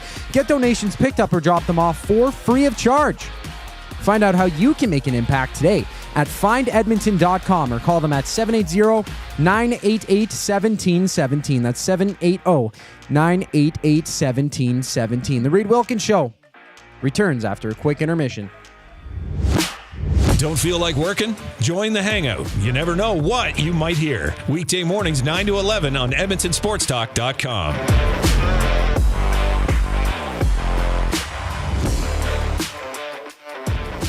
Make a fresh start in the new year with Sentinel Storage. With convenient locations near you, Sentinel Storage is here to help you make space for everything 2024 holds. Sentinel Storage. Shop Canadian, store Canadian. Try 4 weeks free. Visit sentinelstorage.ca. Got some gently used furniture or home goods that need a new home? Find Edmonton is here to help. Every month we furnish over 100 homes to those transitioning out of homelessness, and we need your gently used furniture and home goods. Drop off at 5120 122nd Street or call for free local pickup. Just visit findedmonton.com to learn how your donations can help create a home for someone in need. Plus, shop our thrift store, in-store or online, with proceeds benefit those moving out of homelessness through housing supports. Visit us at findedmonton.com. Find Edmonton, supporting our community one home at a time. The Canadian Ice House is taking your sports experience to a higher level. Trackman golf simulators are now open at the Ice House, an immersive and realistic golfing experience in the heart of downtown Edmonton. Visit in-store or at thecanadianicehouse.com for details.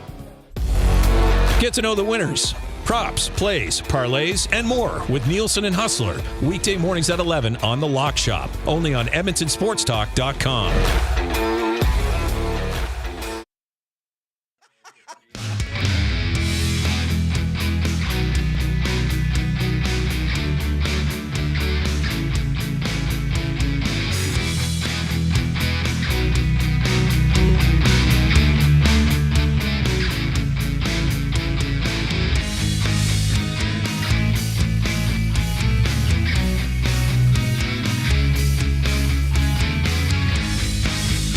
All right, thanks for joining us this afternoon. Along with Jason Milne, I'm Reid Wilkins. Zachary Kubusch is here, our technical producer and sports update deliverer. Oilers tomorrow visit the Minnesota Wild, 6:30 game. So at 5:30, we will have the Oil Stream pregame show with Tom Gazzola and Hernan Salas. I'm very pleased that he joined us here when the Reid Wilkins Show debuted as a weekly guest. Double E alum, all-around good guy and great Edmontonian, Jed Roberts, who is here once again in studio. Let's get this mic. Yeah, it's good to be back. It's good to see you, buddy. How are you doing? I'm doing great. Where to begin with you? There's lots to talk about. You got your Double E hoodie on, first of all. Is that new or is that old? It's new and old. Yeah. That's what I'm asking. That's like the 1970s, early 80s logo, Yes, isn't it? That's retro. Okay, I didn't know we were going to talk about this, but I'll ask you because Jay and I were talking about. I like the huge Double E they have on there now. Like I always thought that I'm a huge uniform guy, but I always thought it was kind of a small logo with a lot of empty space on it. So I know it doesn't have the circle around it anymore, but I like that it's this huge Double E. The antlers didn't work when they changed it. No, they weren't big enough. Like you almost needed something more elaborate. But as a player, did you ever care like how you looked, your uniform, team colors? like remember the Arizona Coyotes when they had those funny looking uniforms everybody made fun of? Like I wonder if the players were like, God, we look stupid.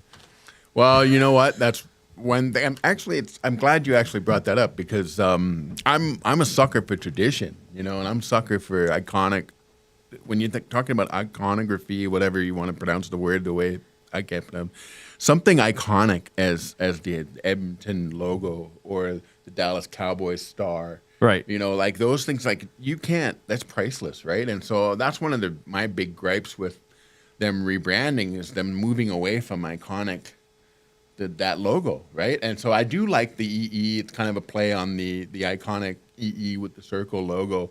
And I also get what they were trying to do with the antlers. I think they were trying to appeal to a younger demographic with the antlers. I think they could have done a better job of making the antlers because they were so small you couldn't see them. Yeah, and so you couldn't really tell what but they were. I like big stuff on the helmet. I mean, it just looked like Krusty Krab, you know, like it wasn't. But like I see, like the Argos, they had that guy with the shield, but it was so small. It just had the giant A they had, like in the late 70s. When the Argos were using that in the 90s, like 96, when they had that big shield on the side. That was beautiful. You know, like they've done some really cool things through the years. Like I just think a football helmet, like if you're gonna have just a letter, like make it pronounced, make it stand out. Yeah.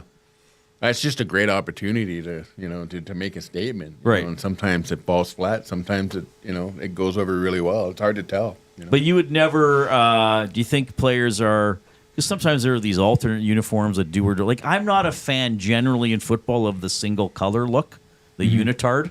Like, hey, we're wearing all red and there's no stripes. Yeah. You know, like I know the Elks and the Esks have had kind of the all green and some were okay. Like, would a player ever be like, oh my God, we got to wear that? You know, I'm older, and I'm from an era, and I think Jason's a little bit further behind. But in my day, we just had one uniform. You just had one kit. So there wasn't, and then you had a home and an away. But now that's part of the branding, right? And it's an opportunity to kind of get a little bit creative and have some fun. Well, you see teams do a uniform calendar, or especially like in the NFL. A color rush, I really like that. And I like the NHL. Like it kind of started, like Colorado was when they did that cool like Bigfoot thing on there. Oh, right. And I just really I like it. I'm a big fan of it. I think that if I'd been if that would have been going on when I was a kid, I would have loved it. And I even when I played when my last year, second to last year, sorry, it was the first year that we wore the white pants, and we all thought that was really cool. Yeah, we thought that was awesome, right? Yeah. And so, I'm a big fan. Like, I like that. I think that it's a great opportunity to kind of, play around with the logos and do some different things and I got to jump in here because football guys are big butt guys. Mm-hmm. We all like our butt looking good. You don't even pretend this is not true. That's provided you have a butt. Well, there you go. Now I know Jed had some junk in that trunk when he was dump playing. truck. So those white pants when they first came in, you must have said, "Gosh, my prayers have been answered." Yep. Because man, those white pants were electric. Yeah, they were. Weren't they? Yeah. Didn't you guys wear those on Labor Day? We did. Yes. But then you wore them in the home game, which I did not like them as much with the green. Yeah, the all white on the road was fine. It was a little bit weird, like to wear that look. It was because it'd been done one way for so long. Gold. We were in some ways we were the Penn State of the CFL. Right? Like we were very vanilla, very bland. And so it was like pulling teeth, I think, to get Dwayne to agree to do it, I think. Dwayne was the guy that kind of had an iron grip on, like, anything to do with the uniform. So, but to his credit, like, I thought it was a pretty clean look, the white pants. And I agree, it was a little bit too much contrast with the white and the green tops. But the white pants with the white shirt. I don't mind that, actually. Yeah, I like and that was a direct right? sort of like rebuttal to Calgary's all black thing that they were doing on Labor Day. And so it was more like, we're the good guys and you're the bad guys. And that's kind of where we've always been. So I guess the bottom line is, though, if a player, hockey, football, more with the jerseys, is like, or a logo, it's like, I'm not sure about this. I guess somebody always says, Jed, we're going to sell a lot of merchandise, and that's going to help pay your salary. That's so true. You'll wear it. So just keep your mouth shut. And wear it. Could you imagine being a Canucks player and some of the hideous incarnations of the jerseys they've been forced to wear? Like even LA had those crazy looking. Well, LA's gone back to the early 90s LA Raiders knockoff colors and black and silver. Yeah. But that sells, right? Like everybody loves Oh, those sure. black That's jerseys, true, right? yeah. So Yeah, but they had the one that it was like a regal shield or whatever, which I didn't mind how it looked, but it was a little too busy almost. And just out of principle, like Dwayne refused to ever even entertain the notion of putting black into our like uniform assembly. Like he just, because of the way that Calgary kind of put it out there on I think it was the 95 Labor Day Classic when they debuted it, and Garcia came out and threw for 500 yards and 6 touchdowns, because we had Trent Brown go down in the first series, and then we had Glenn Rogers got kicked out of the game for brushing his foot up against Sapunjis' back. God forbid, Golden Boy, you should never touch him with your foot. And so we were 2 guys short, and we had a running back playing safety. Lucius Floyd was playing safety. Oh, yeah, in that that's game. right. Yeah, I remember he played. I would hope that Garcia would throw for 500 yards.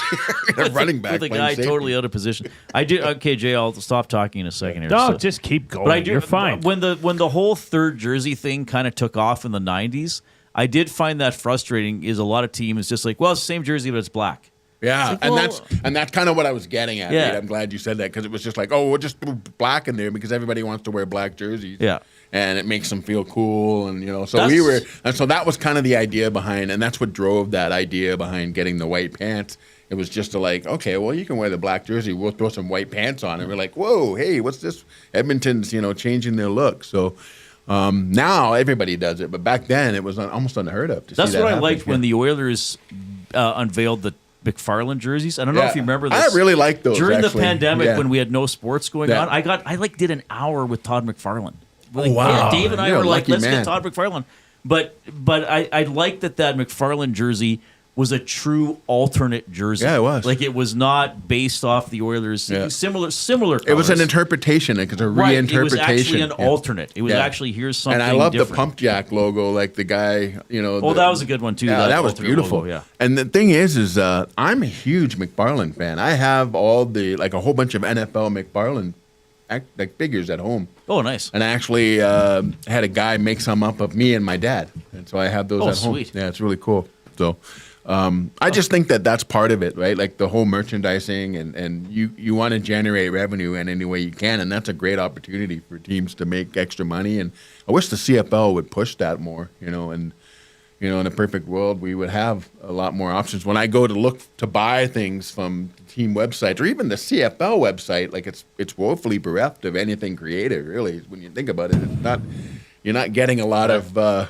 is a options. bonus You for Jed. don't like. I look for hoodies or whatever. It's just basically, we have this logo. We don't have any large sizes. Beat it, kid. Also, you get bonus points for using the phrase "woefully bereft." Well, Thank you, Jed. that's part of what I bring to try the to table. have nice Yeah. language on this show. Yeah, well done. All right.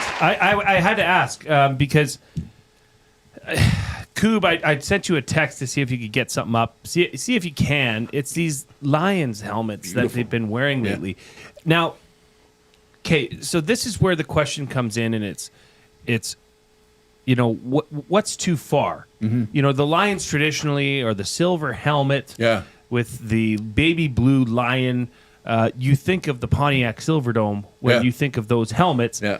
They came out in these helmets against Minnesota, and I'm sure they've worn them more this year, but they are a matte blue with a shiny metallic lion and shiny metallic down the middle. I just find that sometimes you're trying too hard to be something different. Like you look at last night's game, and we'll get into last night's game. Yeah. You look at those Vikings matte helmets with the matte purple, with the simple logo, the wing. That I thought is a tasteful change. What the Lions have done here just seems to be, I don't know. It seems like you're maybe trying too hard. Like you want to be like Oregon. Well, Oregon. I'm glad you brought that up for people at home don't know what that means. Is the University of Oregon is notorious for bringing out different uniform schemes for almost every game. So you never know, and that's part of the appeal. And sometimes people might not know this about kids coming out of high school.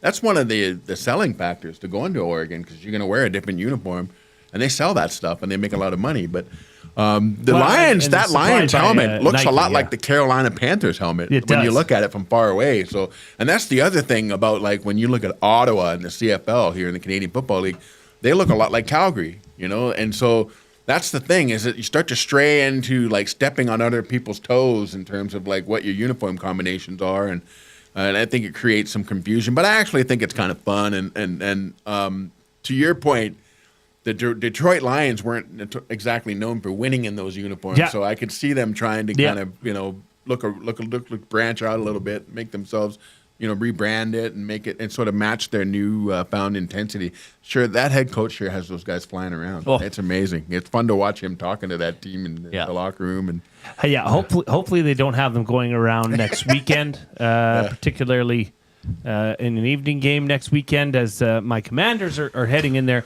They just bumped the spread up. It was lower. Now it's up, I believe it's 9.5 points. So a little bit of a tough task. But we got to talk about last night's game.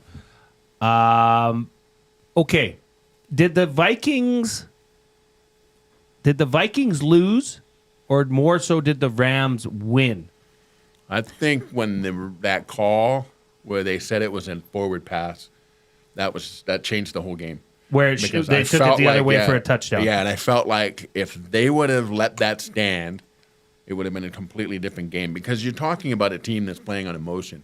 And you have to take that emotion out. You have to jump on them and put your foot on their throat and keep them down. Because if you don't, and football's football's a game of momentum, Mm-hmm.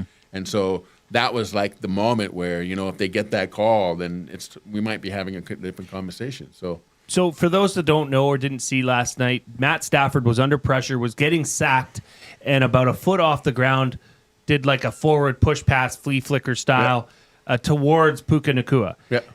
There was not a snowball's chance in hell that this ball was going to be completed. I know. It bounced off the ground. Yeah.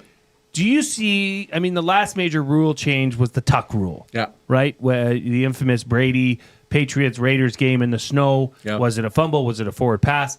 Do you see what happened last night, where a quarterback just gets rid of it, as they're on their way to the ground, as something that, as a rule change, should be changed? I think so. But I'm a defensive player, right? Me too. So that makes me so mad. That pissed me off. That a guy could just do that. Oh wait, I've got it. I'll just flip the ball out. Like that should be a fumble all day long. If his arm isn't, but then you look at it when quarterbacks throw shovel passes. That's the motion that they use. They just kind of casually flick it out. Usually on their 2 feet while but they're running. Not and so I think that there should be some restrictions on that. I think that there should be some discretionary powers the referee could decide that, you know what, this isn't actually an attempted forward pass. It's just not a football play. I know. That's just bending the rules or making the rules, which, whatever. Minnesota, could you change something up on offense? You keep sending this Sam Darnold, who's not exactly the most fleet of foot person, back into the pocket. 9 sacks last night. Is this as much on the offensive coordinator as it is on that offense? Yeah, and the offensive line was not doing very well either. So. Or is it more credit to Don Shula's grandson, who is the defensive coordinator, Chris Shula of the Rams? He schemed some stuff up. Yeah, he did. He totally beat those guys. He had those guys flying around, and the Vikings offensive line didn't know what to do. But they also that O-line struggled last week. And so I think that obviously Shula saw something there and decided he was going to pick on a couple of those guys. And so what you saw last night was a direct reflection of that. Jed Roberts is in studio. We're going to touch on the Elks coaching staff with you. Of course, the Oilers as well. 1-0 win last night over the Los Angeles Kings. Jed mentioned Trent Brown. Trent with James H. Brown, personal injury law firm. They are our presenting sponsor for the studio. James H. Brown, personal injury law firm. The heavy hitters of injury law with over 200 years of experience. James H. Brown will get you the settlement you deserve. JamesHBrown.com. Book your private consultation today. Here's Zachary Kubusch with a sports update.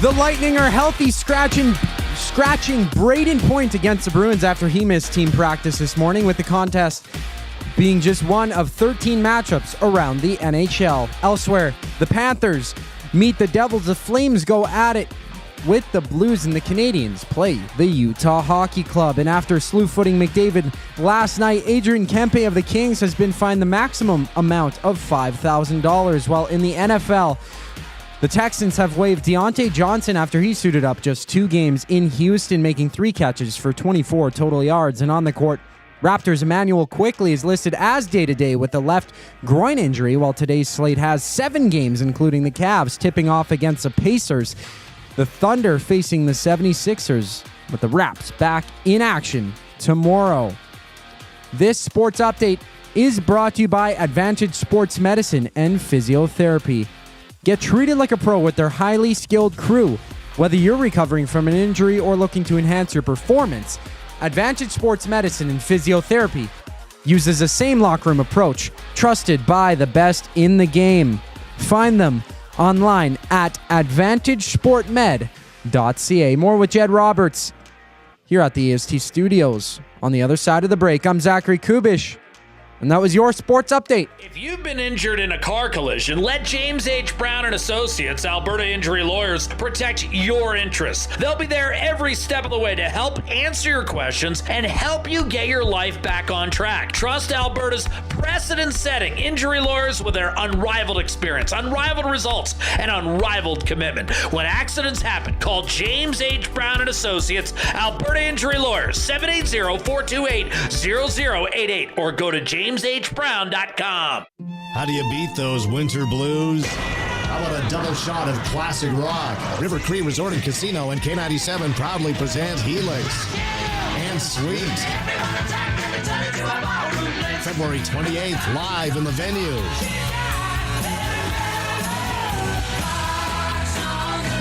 Helix and Sweet. Get your tickets now at rivercreeresort.com. River Cree Resort and Casino. Excitement. Bet on it. Tommy Gunn's Barbershop is more than just a barbershop. It's a top-notch, tailor-made experience from check-in to check-out. Get a precision haircut, a classic shave, or a facial to step up your style. Just walk in, relax, and let Tommy Gunn's take it from there. Find comfort in knowing their team follows the code, which is their commitment to care for you as a customer. Check out Tommy Gunn's today, in-store or online at TommyGuns.com to bring out the best in you. Tommy Guns, where every cut is done right every time. Food Sausages makes their meat with nothing but the best local ingredients. From chicken, beef, and pork, their gluten-free sausages are packed with flavor. Every single bite. Get a 10% discount when mentioning Edmonton Sports Talk in-store or use the code EST when shopping online at foodsausages.ca. Plus, you get free delivery on orders of $100 or more. Find them at 6736 99th Street. Food Sausages. You can't beat our meat.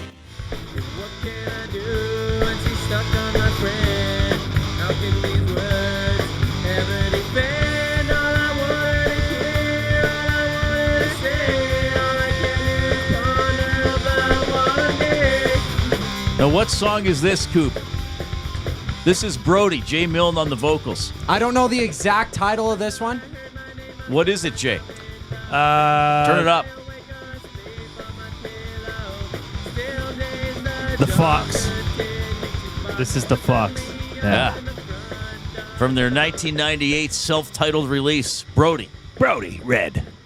Oh, the Red album. Was it the Red album? The Red album. Oh, I didn't realize I that. play that for my kids for hours, man. Wait, you were playing Jay Milne's music? He wouldn't play my music. Wait, what's going on? He would play the Red album. That would be amazing, though. I think the real Red album. The Weezer Red album. There you go. That'd be amazing if Jay Milne heard, or if Jed Roberts heard Brody and was like, "Oh, we used to listen to this in the dressing room in the all locker the time." room." Well, Yeah. and then We Jay used would to be get like, "Wait a fired minute, up that's before me. kickoff. Yep. That's me."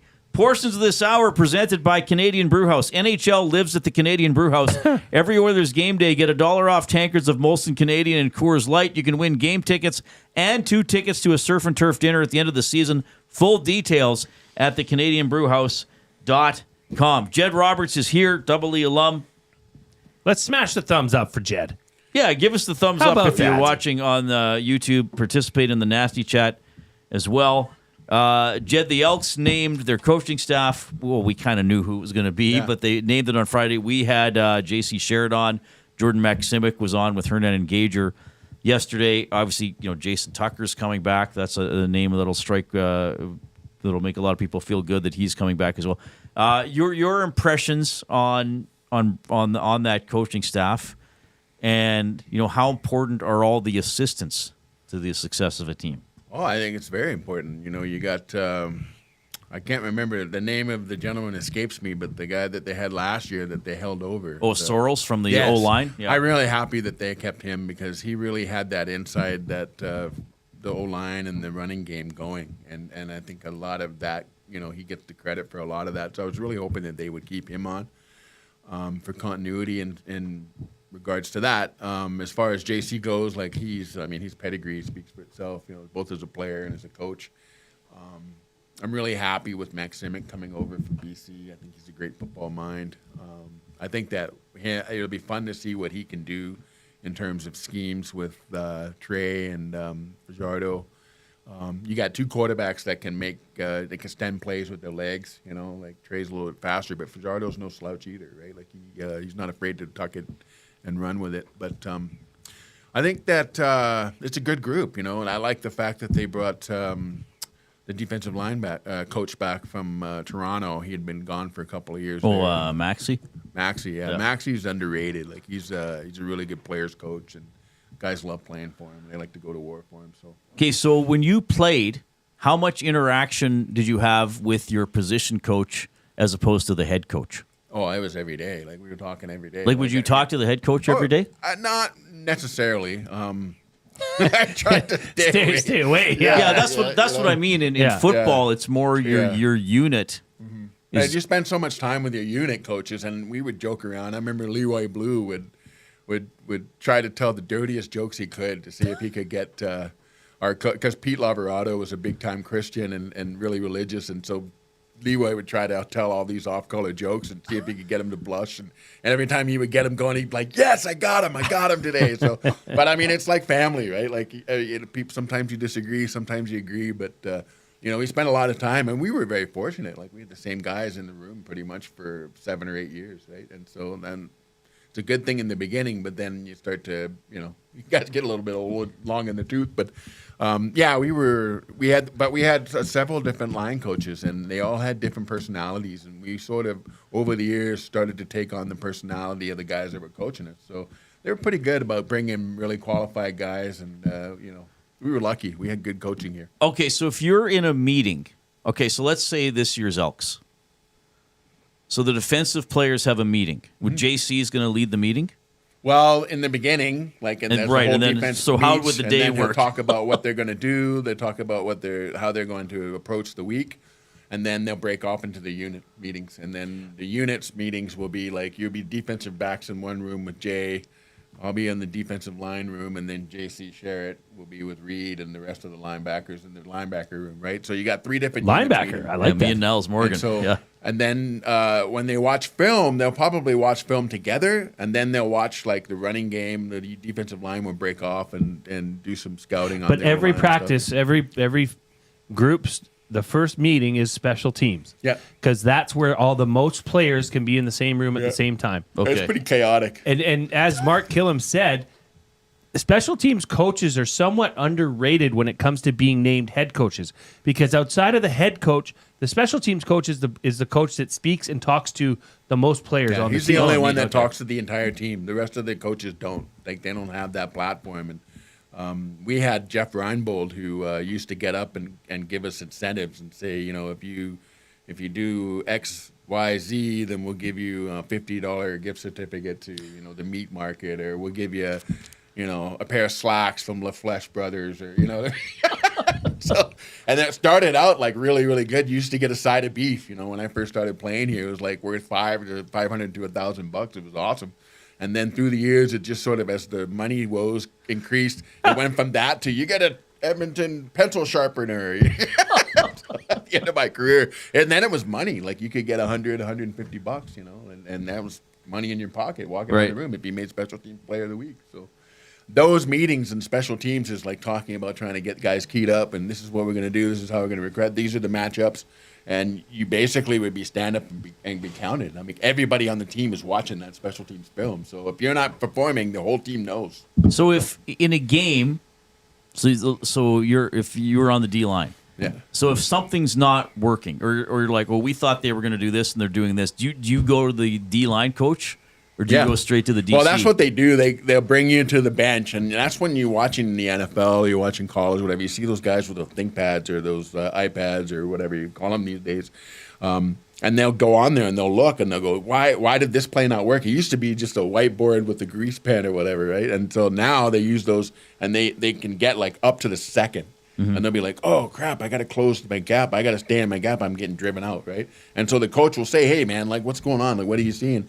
This is what we see right here. Mm-hmm. So can you make sure that you stay in that gap? Because otherwise I'm going to bring your backup in and you're out of a job. But that won't be from the defensive coordinator. No, that would be from the unit coach. But the coordinator will be like, what the heck is going on? And he'll look at the unit guy and say, tell your guys to stay in the gap. And then they'll come over and bring you to the back. Hey, guy's pissed. This is why. So make this correction. It's like it used to just be they were all pissed. Yeah. Right, until Monday when film happened. And you wouldn't know. Yeah, you wouldn't know.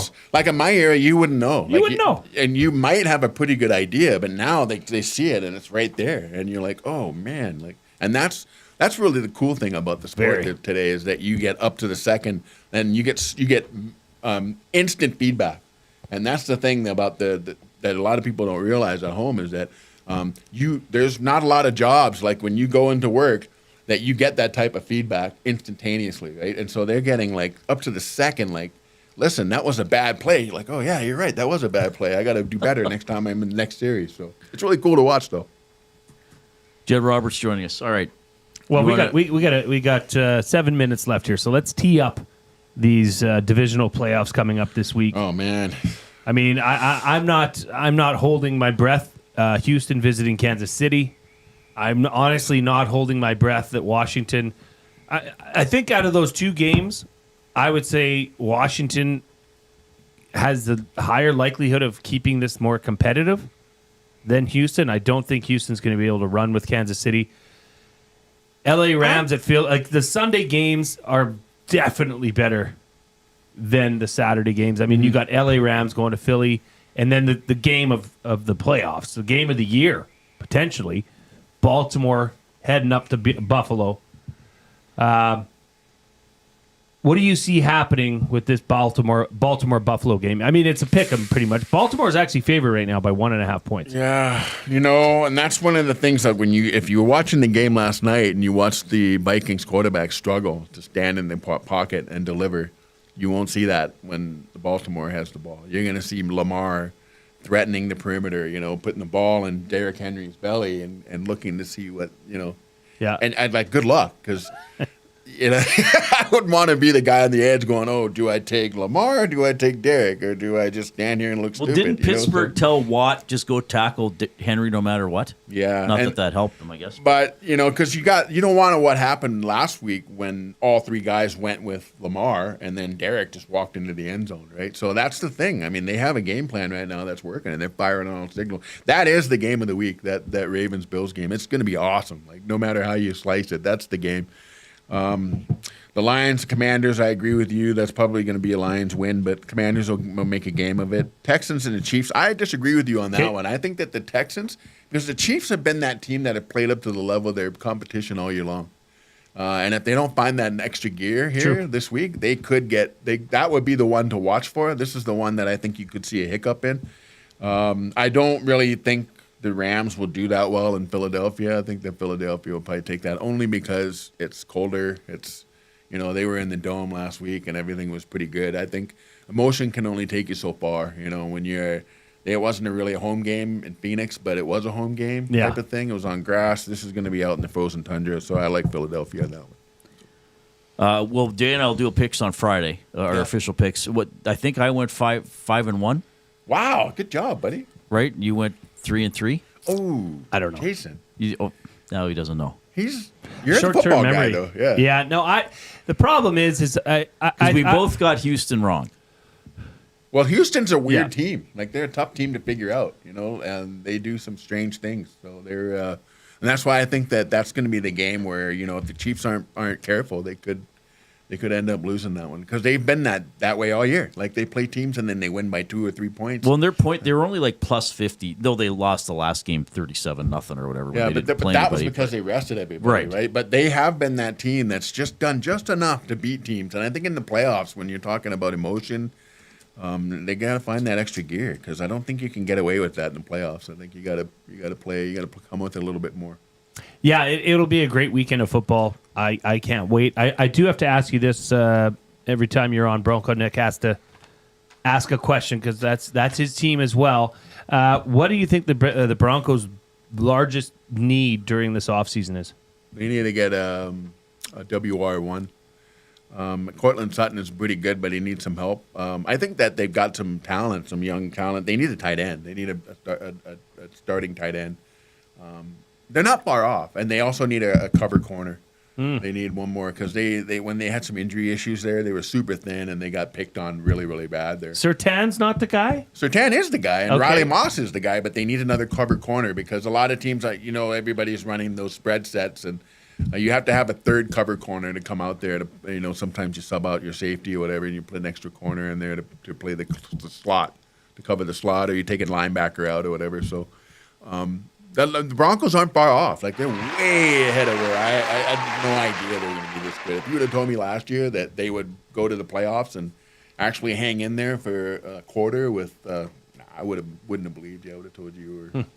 So, yeah, I think the Broncos are pretty close. They just have to make a couple of moves, and I think they'll be right in there. They might want to pick up a running back, although they did a pretty good job of running by committee there in the last few games. Before we get to break, Koob, if you want to cue that up. Yeah. No, we got to talk about your son, KK. Now, this was Alberta Selects. Yeah. And this was Bears. a tournament out in Moose Jaw, Saskatchewan. Go Saskatchewan. Yeah. Zach And, put this up. Jed, walk us through this play. Yeah, so this is a little dump pass out into the flat, and KK takes the ball, and he just decides he's going to go around the horn, and he was able to turn on the afterburner there, and I had a little chat with him about doing that peace sign thing. I said, "You're going to get flagged, son. Please don't do that again." And he says he assured me that he won't, but yeah, he had a lot of fun. This was against a team from Kentucky. This is Hill Country. Texas, not Kentucky. I don't know where that came from. But they're pretty good. Like, it was a great experience for him to get an opportunity to play against top-tier competition. The Saskatchewan Selects, I have to say, they put on a phenomenal Where spread. is this facility? It's in Moose Jaw. It's in Moose Jaw. It's very cool. Like, they do a great job. Like, they had a team from Mexico, a team from California, a team from Boston, I think, and Selects, obviously. The Saskatchewan Selects are a really good top tier. They're probably one of the best Selects programs in the country, usually year in and year out. But the Mambas went in there and they won the varsity. They had like one of the top rated quarterbacks in the country on their team. Really? So yeah, he was pretty good. Yeah, he was. So this is something that kids will go to. There'll be a lot of eyes there. Yeah, a lot of and next they're playing American rules. So they're I noticed that the end and zone, you saw a lot of illegal shifts and stuff. Like, these kids up here, they're used to like the motion, so they have to sit still or they can't rock out of there. When you're a receiver, you got to stay still. No So waggle? no waggle. No waggle. Only one guy at a time in motion. So, and then the other thing is the truncated line of scrimmage. Like, you used to that extra yard. And there's not a lot of guys that. It's a different thing when you're like, you can smell that guy's breath, what he had 2 days ago for supper, right? So it's a little bit different.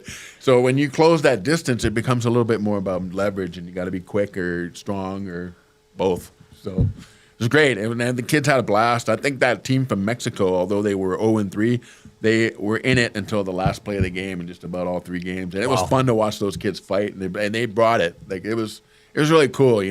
My son he had a ball, and it's the first time he's ever done anything like that. So he really enjoyed himself. It was fun to watch. I'm Repping proud. the Salisbury helmet. Yeah, attaboy. repping That's Sal. awesome. We Sal, go Big Red. Jed, always a pleasure. Thanks for taking the time to come into studio. Love having you on the show here every week. We didn't even hardly get to any Oilers stuff, but that's fine. We'll talk to you next week. Thanks for coming. All right, thanks, man. I'll be hitting my thesaurus hard again. Yeah, please do. Woefully bereft. Nothing woefully bereft about Jed's appearance. We'll talk to you after the 5 o'clock update. Wake up with the Nielsen Show with Dustin Nielsen and Lieutenant Eric. Weekday mornings 6 to 9 on EdmontonSportsTalk.com. Since 1952, William Huff has been the heartbeat of Edmonton's advertising world. From humble beginnings to a citywide powerhouse, we've been the go-to for signage from print to design and installation. Partnering with Edmonton's top sports franchises and major events, we've helped shape the city's global reputation. Our secret, unmatched customer service, decades of experience, and a passion for excellence we call the William Huff Advantage. Visit us online at williamhuff.com. You've always known GCL Diesel as the experts in diesel fuel systems, but did you know that GCL is also your source for turbochargers and turbo repair? As a turbo supplier for Garrett, Borg Warner, and Holset, GCL can provide genuine original equipment turbos at wholesale prices. Whether it's diesel, gas, natural gas, or performance, we can provide you with the turbo or custom repair you require. Turbo questions? We've got turbo answers. Visit us in the West End or online at GCLDiesel.com. GCL Diesel, turbochargers, understood. You want the heavy hitters on your team, both on and off the ice. If you've been injured in a car accident, call the heavy hitters of injury law. James H. Brown and Associates, Alberta Injury Lawyers. With over 200 years of combined injury law experience, their precedent-setting lawyers are ready to help. Locally owned and proud Edmonton Oilers fans, James H. Brown and Associates wants to support you with their unrivaled experience, unrivaled results, and unrivaled commitment. When accidents happen, head to jameshbrown.com.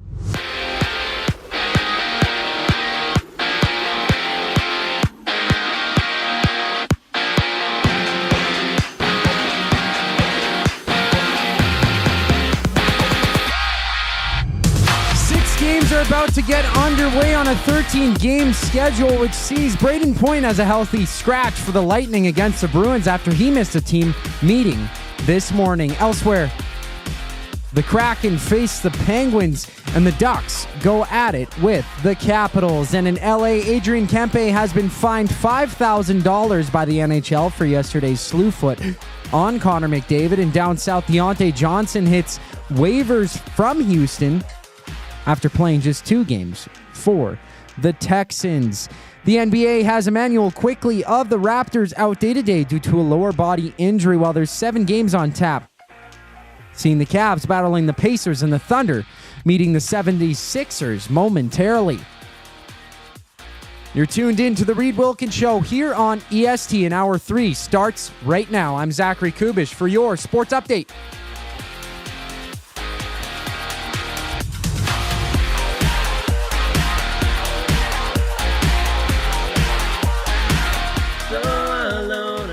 I hadn't grown from you.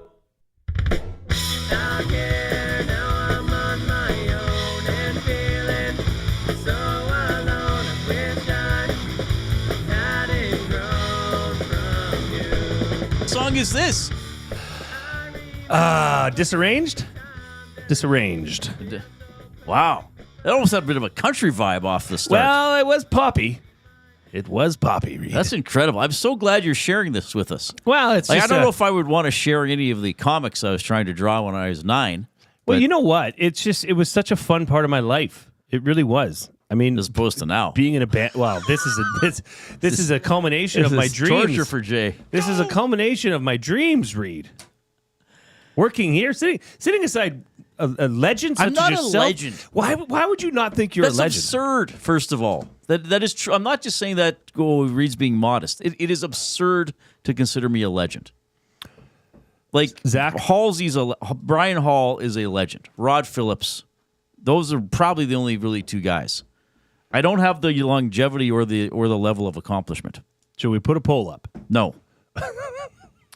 Noah Philp called up by the Oilers, by the way. Let's see him play. I want to see him play. So what's who's happening? the guy I was on with last night? Tony Gonzola. I was on his show. And I said... He's great, Tony. Yeah, Tony Gonzola is awesome. I want to say something else here. By the way, as always, thanks to Jed. He's such a genuine human being. Like, he's just such a nice guy. And he loves sports, and he knows a lot. And again, one of those guys you can talk about, because football is very complex. Well, any sport at the highest level. Absolutely. There's more going on than even a lot of people. Like, I watch every Oilers game, and then still some days sitting there with Rob, or now here in Cass or whatever, it's like, oh, wow. Like, I noticed that and that. I didn't notice those other three things that all led to that puck going into the corner or whatever. So Jed's great. Noah Philp, maybe he scores tomorrow. Maybe I'm only a week off if he plays. But I think with Derek Ryan, we're seeing works hard, smart player, maybe just getting a little physically overmatched. I don't think they want to go 11-7. I don't think that's this coach's preference. So I say let's get Noah Philp some games. Let's see what he can do. I don't have a problem with that. So then the other thing is, I just want to talk about the Jeff Skinner stuff again, okay?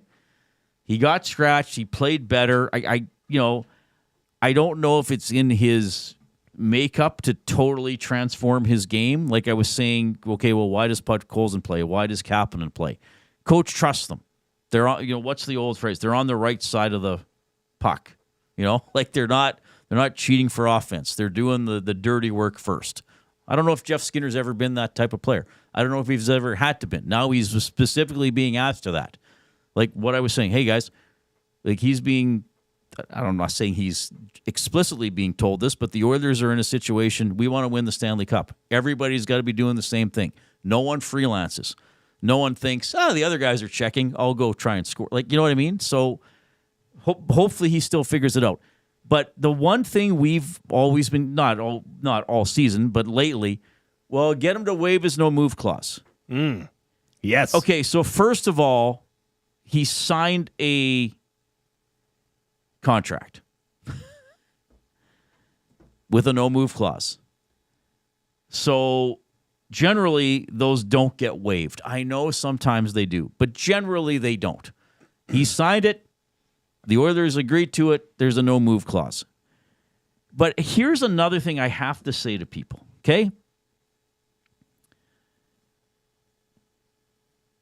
Who wants Jeff Skinner? If you're the GM of another, like, I know you're all passionate Oilers fans, but as you're seeing everything from an Oilers perspective. Well, we got to trade Jeff Skinner. Okay. Pretend you're the GM of another team. What are you giving the Oilers for Jeff Skinner? So let's say you're the GM of let's randomly pick a team. Philadelphia came to my mind. Whatever. Well, here, we can ask, okay, Google, give me a random NHL team. Let's see who comes up. Oh, it chooses can you believe that? It chose the Oilers as the random team. All right, let's say it's Philadelphia. And Stan Bowman calls the Philadelphia Flyers and says, hey, Jeff Skinner just waived his no-move clause. Like, if I have the GM, I'd be like, okay, why are you calling me? Like, you know what I mean? Yes.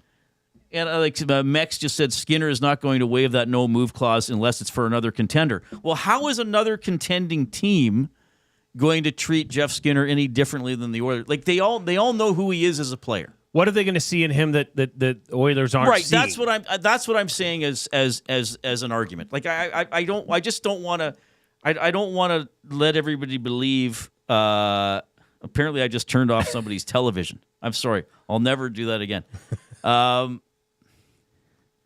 I think Jeff Skinner was going to be an Oiler until this contract expires. I think that they are going to keep working with him and give him opportunities when applicable, and maybe he's going to be needed at some point, and maybe he'll score a big goal or two along the way. Okay? So that's all I can tell you. I just I did dozens of post-game shows over the years. Hey, Reid. Hey, Rob. Player X sure is crappy. The Oilers should trade him. Okay, you just said this player is crappy. Therefore, what are you suggesting that the team should get for him? Oh, a player who's quite good. Okay, sorry, buddy. Just going to cut you off there. Generally, other GMs don't say, I'm going to give you very good for crap. Thanks for the deal. Generally, that doesn't happen. All right? Just like, I'm not trying to be sarcastic or Well, mean. I just want to discourage everybody from getting their hopes up about some magical Jeff Skinner trade that the Oilers are going to win or get a great player for. Okay, so devil's advocate is that the some of the thought process is that the Oilers are continually, maybe mistreating's not the word, but healthy scratching Jeff Skinner to entice him or induce him to remove that. What do you think of that? Well, but that doesn't make him any more tradable if he's not playing. True. Right? Like, True. That's all. That's what I'm saying.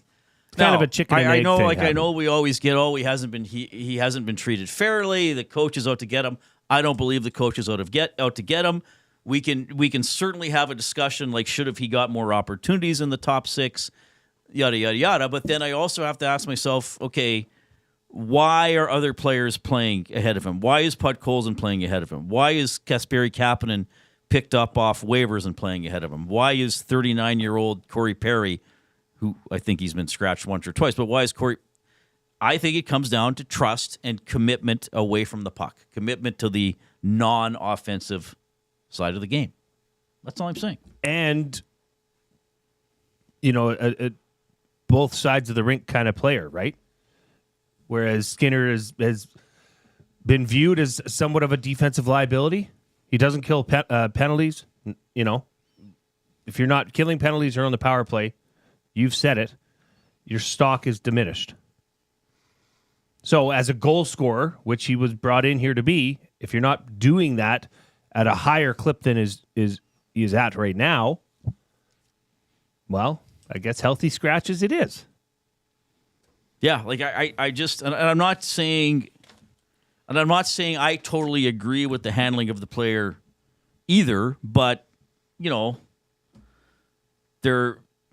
I do think there are some. I try to understand it, and when I look at it from a certain angle, there are some things that could be understood. JCD 780 says Nuge does nothing 5-on-5. All right, but again, and I've said that too. I think we would all like better offensive numbers from Nugent Hopkins 5-on-5. Fair enough, but he knows how to check, and he's on both special teams. So therefore, again, what's a drawback of Jeff Skinner? Doesn't kill penalties, and he's not going to be on the first power play on this team. That's right. So, and Zulu says, and this is something that I've said to you, and it's we've chuckled about it, but what if it was just a bad investment? What if they just screwed up and thought, or they took a chance on a guy, and it's like, I'm sure they knew it was. Yeah, I'm sure they knew what they were getting. Sure, didn't work out the way we thought it would. Right. Ho hum. On to the next one. That happens. Duds happen. It doesn't work out the way that you thought it would. True. Just fans don't like it when it happens to their team. But this team is happen. 21-6-2 in their last 29, and we're still talking about Jeff Skinner. Can we move on, Reid? Can we as a collective get on? You can. I can, and I understand it is a talking point because he was brought in to do something that he's not doing enough of. Right. Or perhaps not getting enough chance to do, and that's fair. But I guess the coaching staff with Knobloch at the helm decided, all right, we have a better chance of beating the LA Kings with Jeff Skinner not in the lineup. That's what they decided. Now you can absolutely disagree with that, but I'm trying to figure out. Yeah, like Ro, we hear you. I don't know what else to say. Like, I can't make you happy, Ro. I'm sorry. What did Ro say, Reid? As a free agent / guy asked to waive a clause to come to Edmonton at trade deadline, I wouldn't trust Knobloch's word or Jackson or Bowman since it's a clear bait and switch, never given the opportunity. The old bait and switch. Ro, you're really smart and you know the team really well, but I completely disagree with you that Jeff Skinner is a helpless victim in this scenario who's been screwed over. I don't see it that way. It's pro sports.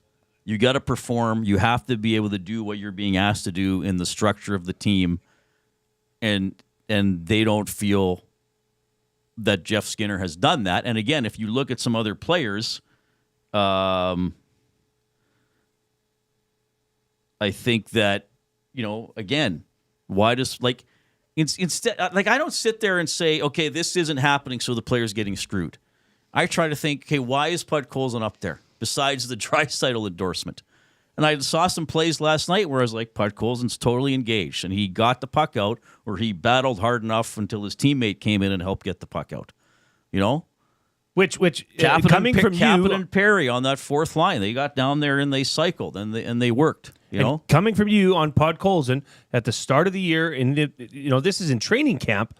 When asked what you thought Podkolzin would be, you had not zero, but you had very low hopes as to what he could offer. Did you ever think... I didn't think Kapanen would still be on the team at this. I thought he'd be waived again. Did you again. think, though, that Podkolzin would be an anchor on the second line beside Leon Draisaitl, who's, by the way, having a career year?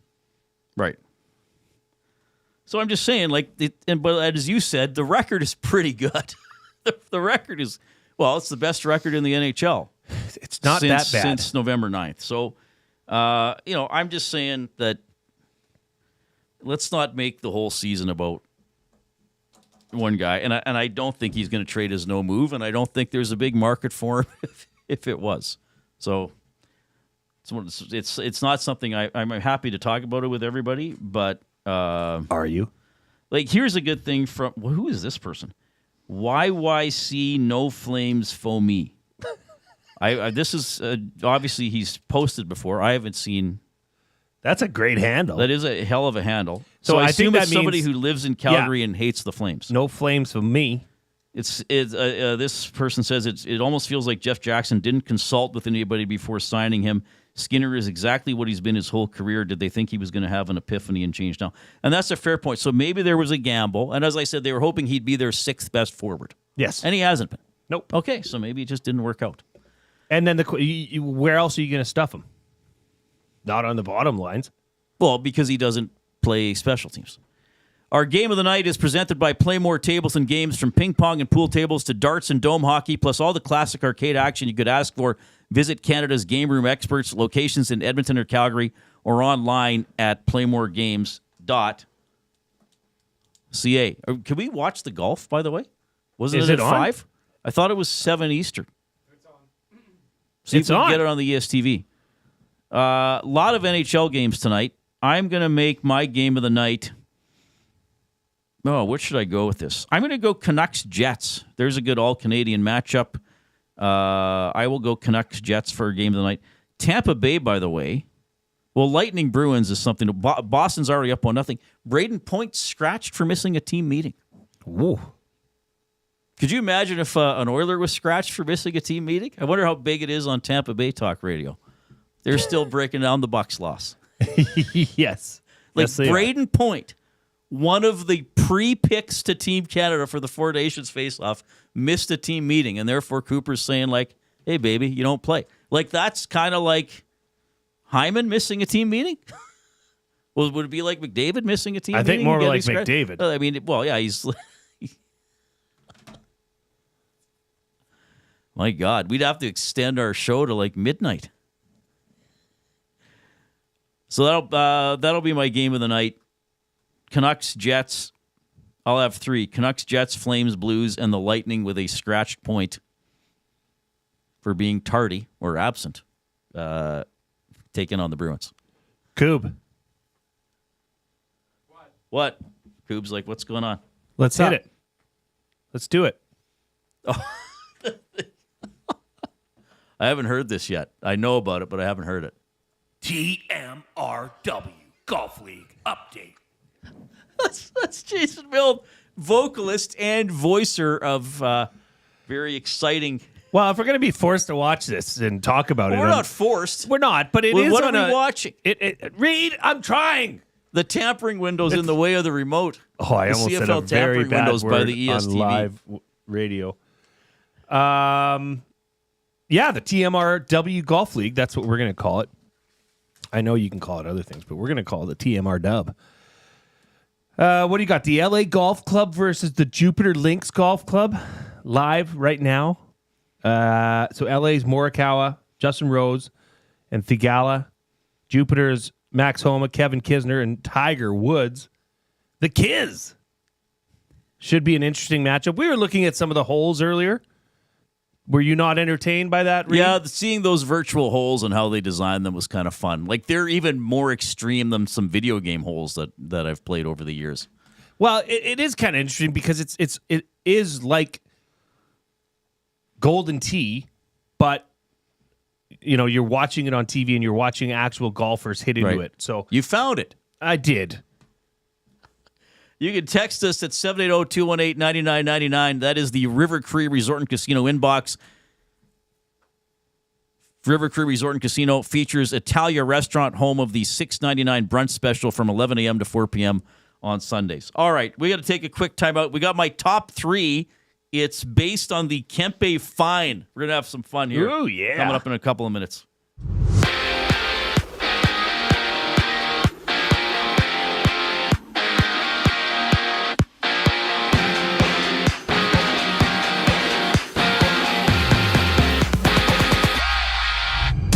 The Oilers have recalled Noah Philp from the AHL, with Philp having 9 goals and 8 assists in 28 games on the Condors this season. And right now in the NHL, the Flyers are up 1-0 on the Blue Jackets. The Stars trail the Leafs by 1, while the Bruins are up 1-0 early on the Lightning, having 6 active games in the league, with all of those contests just about midway through the first period. And there's just one game in the WHL, seeing Portland facing Prince Albert, while on the court the Thunder lead the 76ers 15-9, and the Cavs hold the Pacers 25-24 halfway through the first quarter.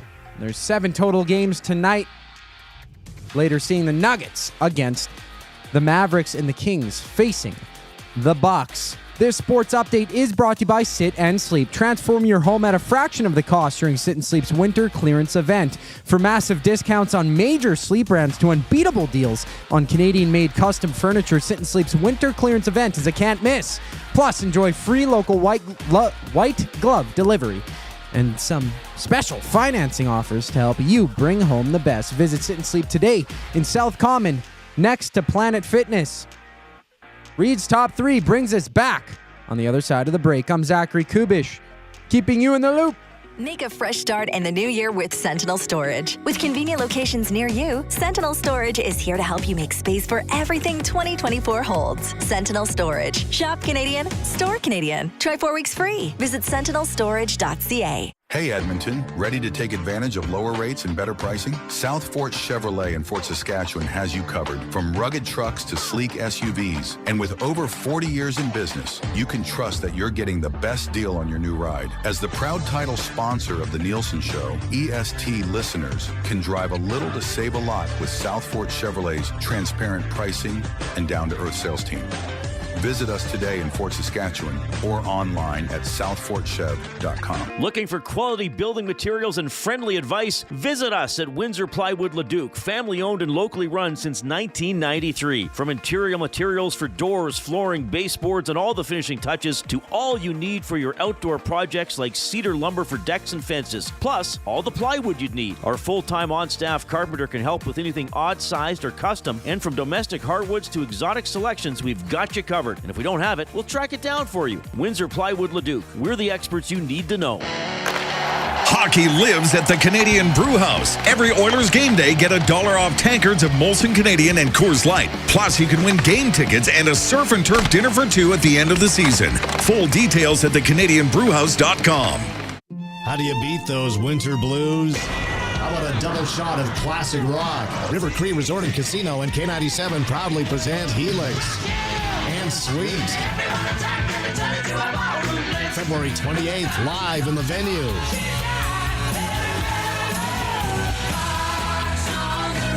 Helix and Sweet. Get your tickets now at rivercreeresort.com. River Cree Resort and Casino. Excitement. Bet on it.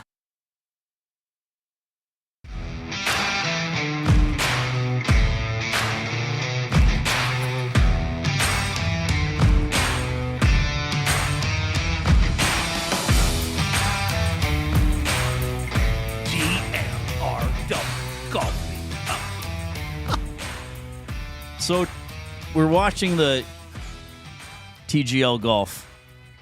And so there's a par 5 with a long second shot to an island green. Both teams hit into the water. So Tiger Woods then hit from the drop area. He had a 101-yard shot that he hit 131 yards, according to the sensors and the screen, and went into the water. There's no way a pro is missing a shot by 30 yards. Even I wouldn't miss by that much unless I used the wrong club. I think this is all goofed up. This is all wonky. This is a wonk show. It is the LA Golf Club and the Jupiter Links Golf Club going head-to-head here. Very exciting. I both like it and don't like it now that I'm actually watching some of it. Well, you were quite explicit with your thoughts on it during the break, I would say. What did I say? I already forgot. Did I use profanity? You said this is awful. Did I? Yes. Okay. All right. That is. We are. 13 away from the word of the day, which you're going to want to hear. Yeah. Keep giving us thumbs up if you're watching on YouTube. If you're in the Diabolical Dialogue. Oh, Big Ukes Limerick. Oil win last night. Big shutout from Stu. Kempe got fined. Ha, good. Screw you. Sammy Darts? Nah, Sammy Farts. Commander is going down. Sorry, Mr. Glue. What is the fart thing about? Sammy Darnold. Sammy Darts. Sammy Darts. I didn't even think of that. Sorry, I don't know him well enough to use his nickname. And I agree.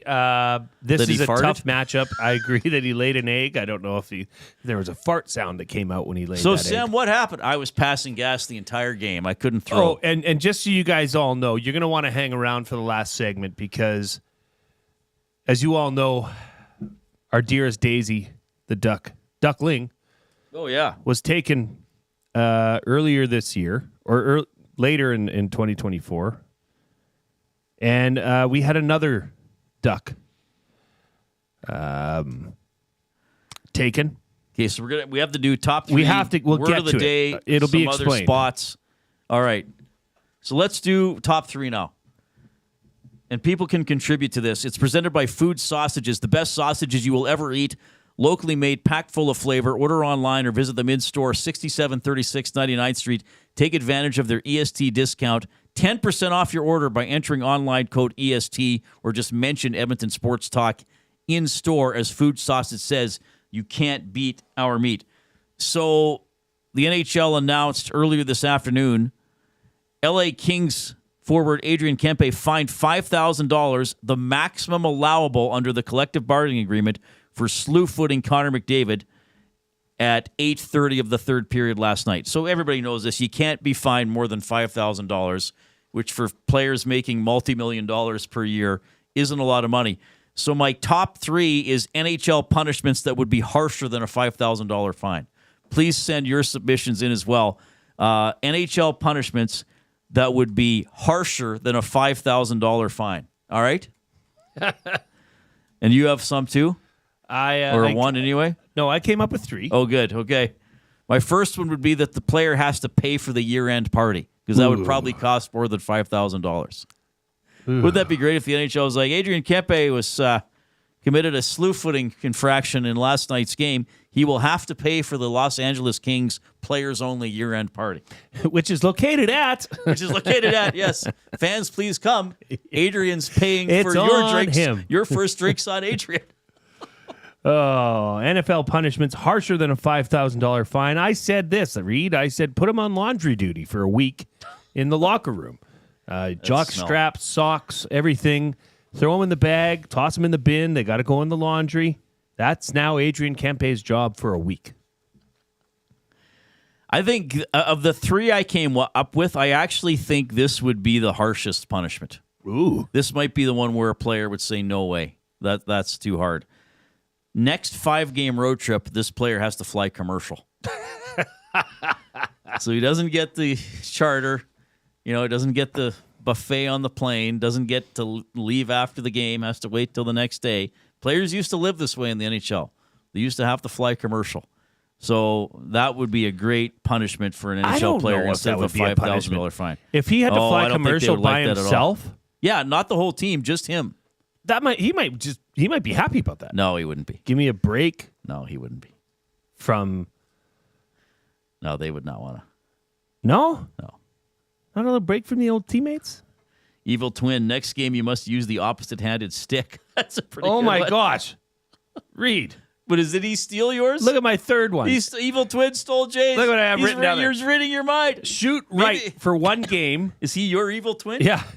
I had that. That was my last one. Shoot right for one game, but Connor McDavid gets to choose which game. Little wrinkle. Sorry, say that again? He has to shoot right for one game. Oh, but the player he and fouled. Connor McDavid gets to choose which game. He could hold on to that till the playoffs. Yeah. But at the end of the year, it regular expires. season. Right. At the end of the year, it expires. All right. And then my third one would be is that instead of being fined $5,000, that player would be the only player who would have to wear Cooperalls in a game. Oh, Cooperalls. He's sliding everywhere. Now, this went relatively unnoticed during the game. Yeah, I did notice it. But the NHL tends to fine for slew footing. If anybody didn't see check it, a guy from behind and almost break his neck, that's fine. Yeah, if anybody didn't see it, Coob's going to roll it here, and just to show you, it comes in and then it slows down as Justin Rose nails the putt to put Jupiter up. 3-0. That hole was worth 2 points. How do they know? They got the Oh, or not did Jupiter. they throw put the hammer? LA. Did Yeah, they throw the hammer? Yeah, they put LA up. What a putt! Isn't that fantastic, Reid? That's probably the best putt I've seen today. Go ahead and roll it, Coob. Oh, you rolled it. Oh, he showed the play. We were talking about the putt. Showed yeah, the so slew I mean, foot. it was a pretty aggressive play. Yeah, I mean, slew footing is dangerous, so they try to crack down on that. And my NHL punishment, which would be harsher than a $5,000 fine, road trip snacks for the entire plane. You got to bring them all. He has to bring all the snacks. We used to do that back when I played for the Wildcats. The rookies would have to bring what we called Scooby snacks for all the vets. So you'd have a vet that you were responsible for, and you'd have to bring their beef jerky, their pretzels, their Powerade or Gatorade. That was the way it was.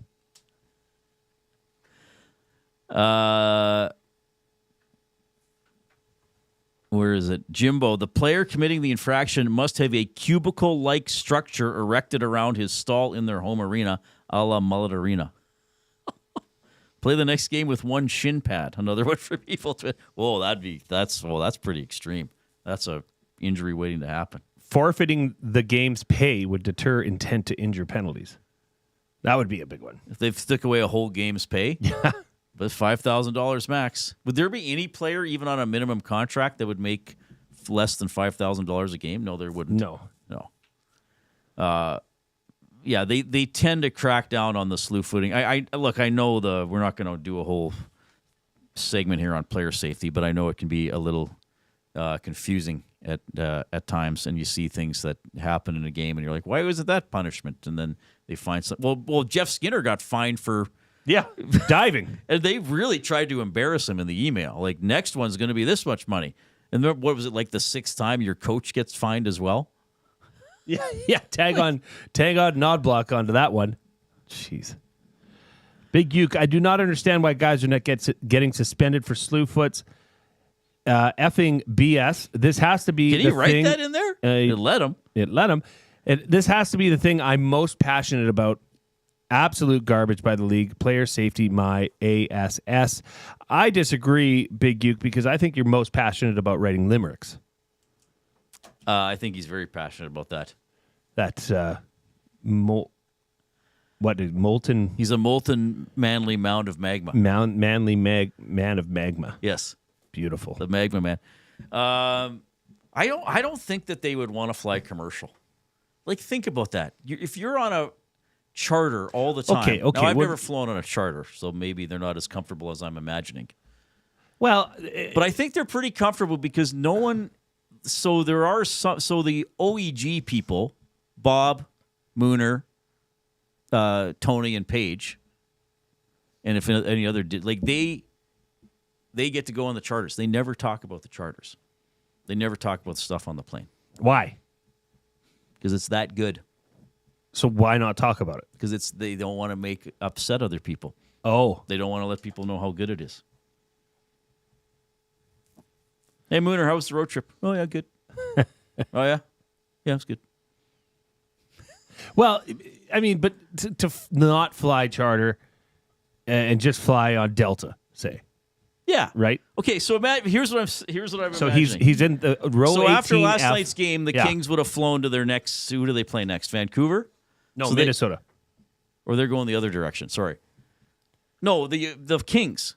Oh, the Kings. So Sorry. So after Yes. the game, they would have flown, I think, to Vancouver.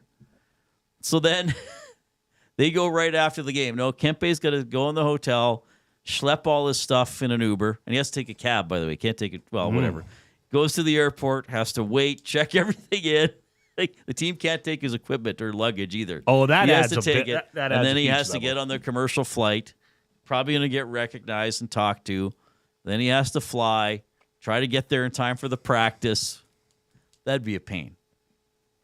That's what I'm envisioning. I'm envisioning the whole process. Shooting right for a game would be misery.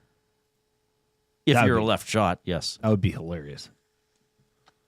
So that's for fruit, sausage, my top three, and Jay's NHL punishments that would be harsher than a $5,000 fine. We had a big rush of thumbs up on YouTube. It's kind of stalled now, everybody. Let's get in there. Jasmine says you got to be in the middle seat as well. Yeah, like I imagine the worst possible scenario for flying commercial. Text a couple of your friends or family members. Tell them to get in there and give us a thumbs up. We got to get to word of the day territory over 130 within the next few minutes. So Jay gives me the word of the day. Portions of this hour presented by Canadian Brewhouse. The Canadian Ice House is taking your sports experience to a higher level of ultra cool. TrackMan golf simulators now open at the Ice House. An immersive and realistic golfing experience in the heart of downtown Edmonton.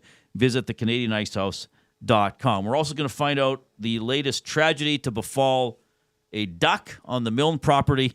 It's Edmonton Sports Talk, your clear choice for Edmonton sports.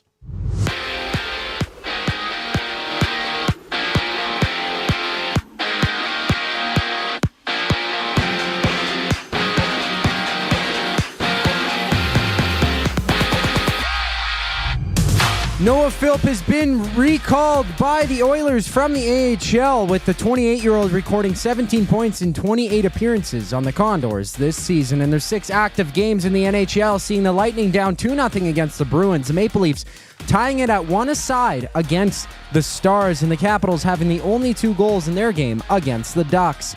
In a moment, the Panthers play the Devils and the Sens meet the Islanders. And on the court, the Pacers are down 37-30 to the Cavs, and the Thunder lead the 76ers 37-21, seeing both games entering the second quarter. After that, the Suns and Hawks throw it down on a 7-game NBA slate. The final segment of this edition of the Reid Wilkins Show wraps up on the other side of the break. I'm Zachary Kubusch, keeping you in the loop.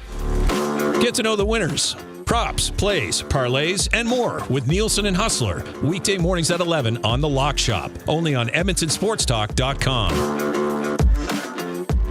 Edmonton Sports Talk delivers a mass audience of key, influential customers to your business, all while you associate your company brand with the biggest names, the hottest sports news, and teams from every league around the globe. Oilers and Elks, NHL, NFL, Major League Baseball, and the Association, Formula One, soccer, golf. Oh, sweet mama! The excitement is palatable on Edmonton Sports Talk. It's where fans go to get their sports fix and where our partners find the most loyal consumers. Contact us today and see how our team on Edmonton Sports Talk can score the biggest goals for your business. With various advertising options available, email business@edmontonsportstalk.com or head to our website and send a message at edmontonsportstalk.com. Looking for a winning strategy for your retirement? Contact me, Joaquin Gage at K4 Financial, where expertise meets dedication. I will always look for a careful approach to your retirement, ensuring your financial future is secure. From tailored strategies to clear, actionable advice, I'm here to guide you every step of the way. Don't leave your future to chance. Get in touch with me, Joaquin Gage, today at k4financial.ca or email joaquin.gage@k4financial.ca to start planning for a brighter future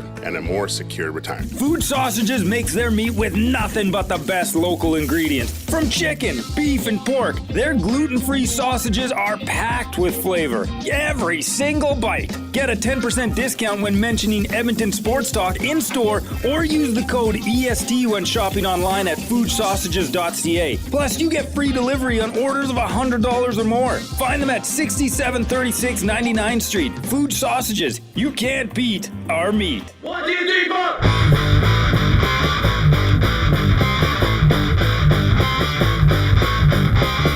Misguided souls are we, emulating what's on TV. What kind of a microphone were you singing into?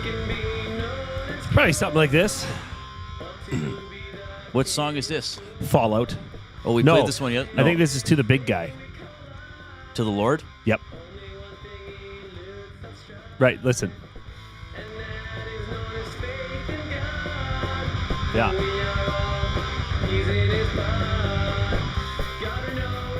Nice. Well, who did the backing vocals? I told you, me. Oh, you did everything. Well, sometimes our guitarist, Devin, would. Okay. Who decided to go 1, 2, 3, 4 at the beginning of that song? Probably Robbie, the bass player. That's awesome. 3 more thumbs up. Let's do it. I want that word of the day. Jay wants to give it to me. And that's Yes, if you're in the nasty chat. If you can also email Reid at EdmontonSportsTalk.com. The text line is presented by River Cree Resort and Casino, featuring Italia Restaurant, home of the $6.99 brunch special from 11 a.m. to 4 p.m. on Sundays, 780-218-9999. We have a lot of good discussion today, a lot of Oilers talk. Jed Roberts was in talking about uniforms and the Elks coaching staff. We've had a good show. We've just had a fun show. Now, this next topic. Well, before we get to that, Okay, there were some people that gave some of their top threes. Oh, nice. Please, as far yes. as NHL punishments, harsher than a $5,000 fine. Brock Lee says a $6,000 fine. That's 5,001. Big U says having to pick up all the pucks after practice, but can only do it with a stick and a piece of gum. Or with chopsticks. If that price stops working, he must chew a new one to continue. If that piece stops working. Geez. And Vic said, play the next game with dull skates. Oh, wow. We got to 130, baby. We did. And Matt at the Garrison, just, I don't want to rehash this too much, but he does make a good point, and it's neither pro-Skinner or anti-Skinner. It just sucks to see a $3 million asset sitting in the press box. Yes, true. That is true. That is true. Okay. So here I'll preface this by saying that, some things happen when you have animals, when you have livestock, ducks, goats. Sometimes things happen and they have to be put down. Sometimes they get killed. It's just the way That's nature, baby. It's the circle of life, as the Lion King taught us. And as you all got to know Daisy Duck last fall, the duckling that took over EST, Daisy Duck went missing one day, and we could never find out or figure out what happened. We assumed that a fox had somehow snuck in and raided the duck house. Mm-hmm.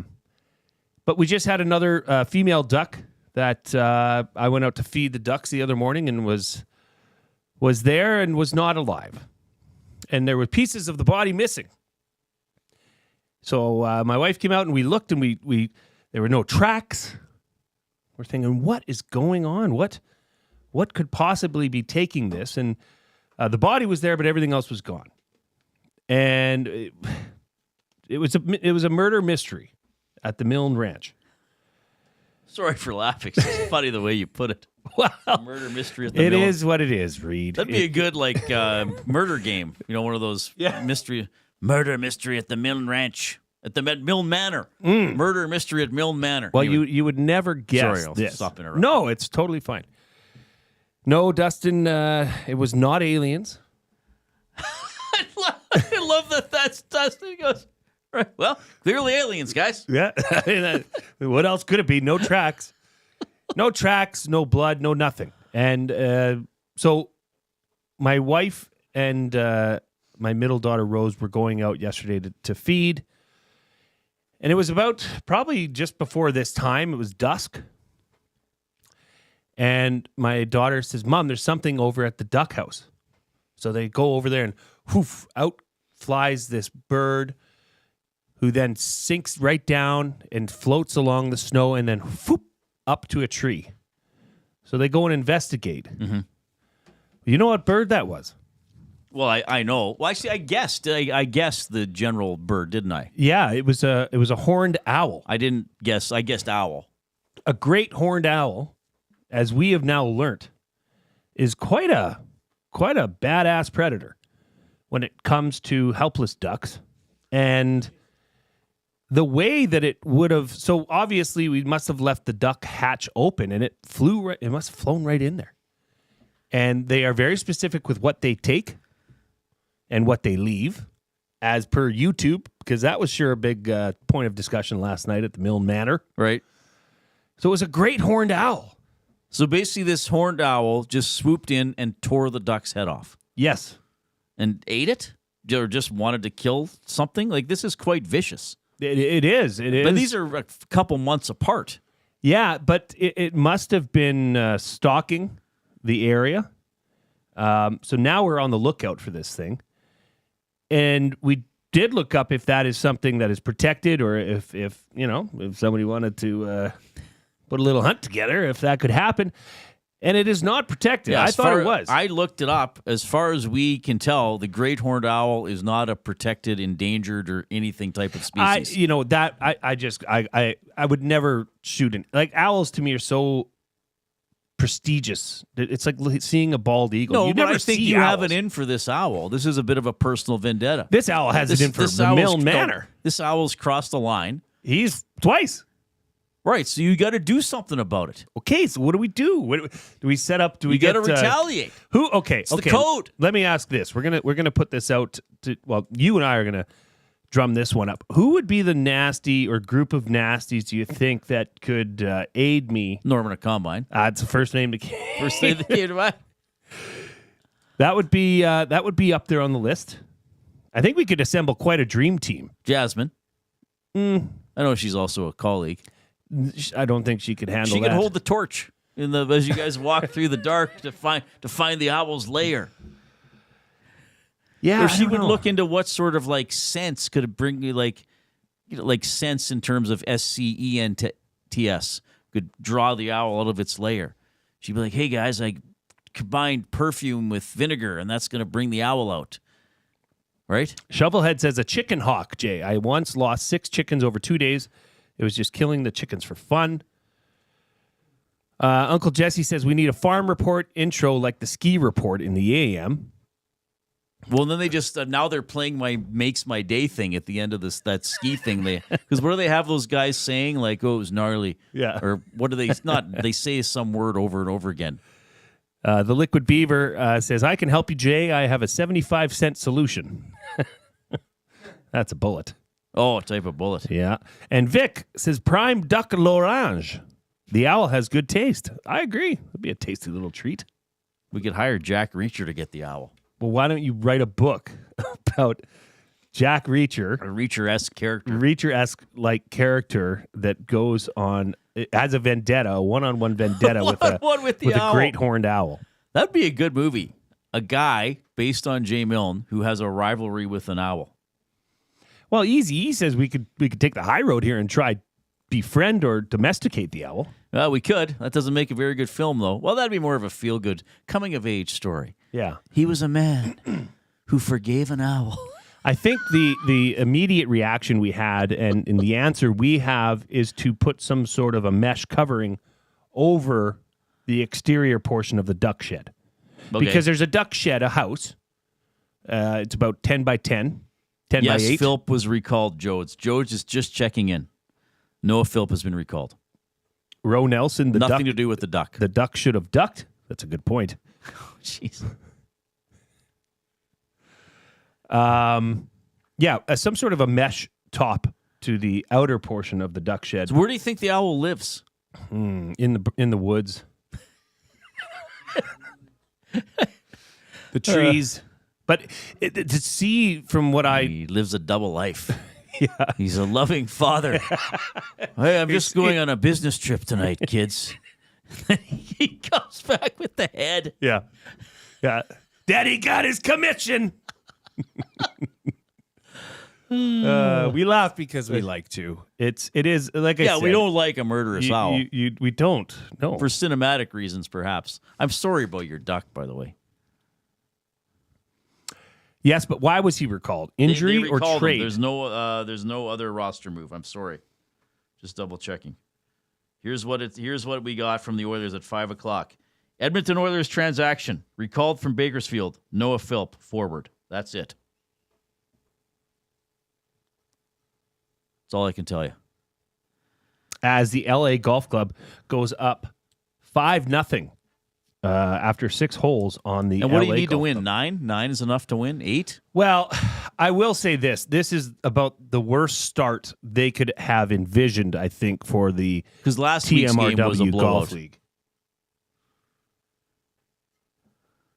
All right, they're going to the 6th hole. It's okay. It's okay to watch. It's interesting these fantasy holes that they've come up with. That's sagebrush. They're doing a flyby of the virtual hole that are what, based on real golf holes? I don't think so. I think a lot of some are, probably reminiscent, but that par 5 we saw looked pretty extreme. That looks like something you design in a video game. That's Mario. And then be like, oh, that's stupid. That's Mario Golf. All right, we are at 130. Let me refresh this.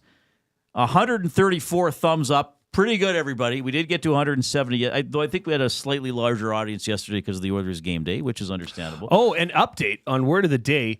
So as you all know, Dustin did some house cleaning here yesterday or over the weekend, which the place looks fantastic. He did a fantastic job. Kudos to the boss man.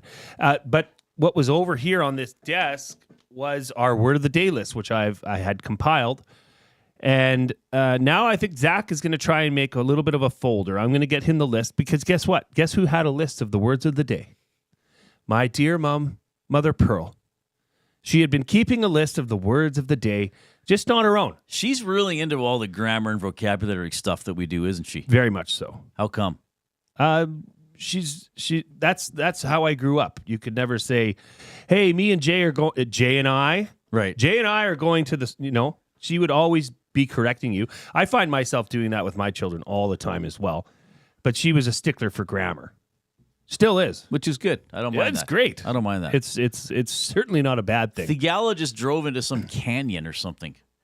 Into the sagebrush. Yeah, that's right. Is he going to throw the? Why would he? What? I think the Jupiter team threw the through the conch. hammer. Through the hammer. The hammer. Yeah, or whatever they call it. Whatever it is. Word of the day. All right. So for people who don't know how this works, I have to spell the word and then try to figure out what it means. A couple of them I've actually known. You have. I would be surprised if you knew it this one. But today's word of the day, brought to you by Zach, for now, is leitmotif. Leitmotif. That is all one word. It is Leitmotif. Did you say it light or late? Light. Oh, I can't remember what it means. It's some kind of literature thing, isn't it? Yes. Oh, what does it mean exactly? It is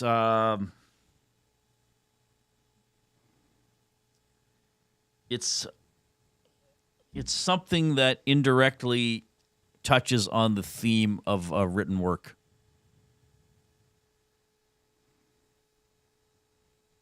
Big Uke, does it mean to murder an owl?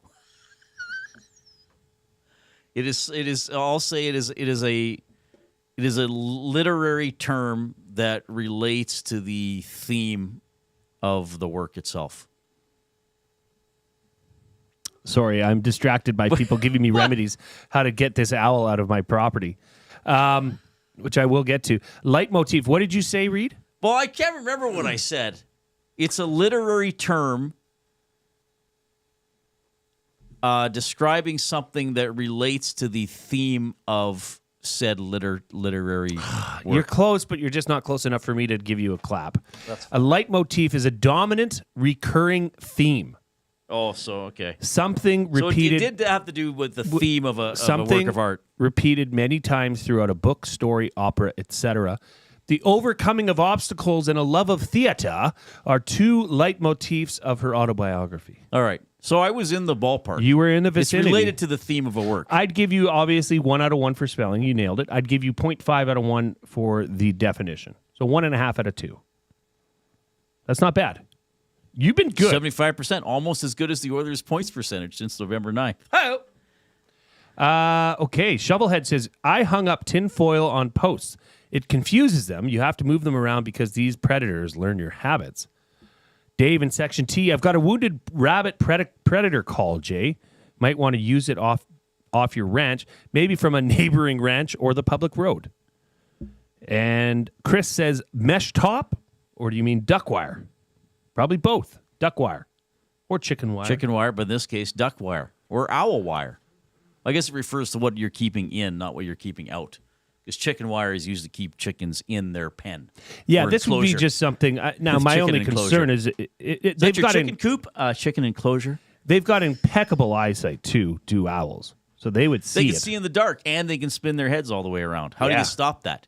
Well, and that's what my daughter said. I think you're screwed in this scenario because that owl is going to be able to see what you're doing no matter what. Well, you know what? The owl is going to be like you'll think the owl's facing the other way, and it's like no. My daughter did say that she saw it do the head thing. Yeah, and it's it like freaked her out. It's like, ooh, you think of the duck wire? What was the name of the owl in Mr. Dressup? Hooter? Wasn't there an owl that lived in a picture frame in Mr. Dressup? I don't know. I don't know if you're.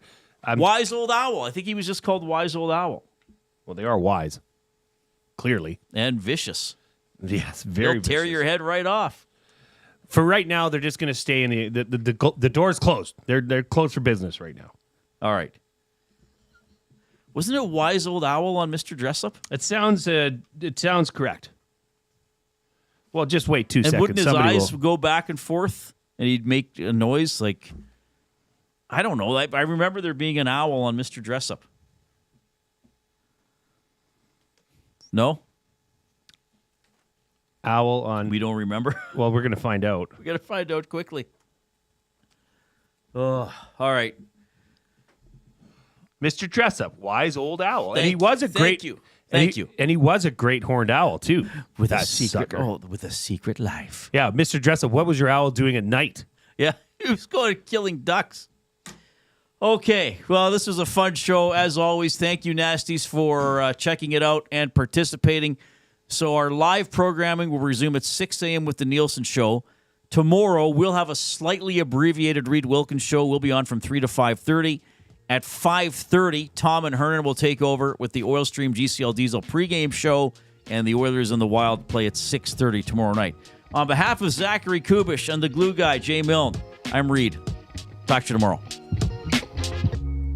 Sports Talk delivers a mass audience of key influential customers to your business, all while you associate your company brand with the biggest names, the hottest sports news, and teams from every league around the globe. Oilers and Elks, NHL, NFL, Major League Baseball, and the association, Formula One, soccer, golf, oh sweet mama! The excitement is palatable on Edmonton Sports Talk. It's where fans go to get their sports fix and where our partners find the most loyal consumers. Contact us today and see how our team on Edmonton Sports Talk can score the biggest goals for your business. With various advertising options available, email business@edmontonsportstalk.com or head to our website and send a message at edmontonsportstalk.com.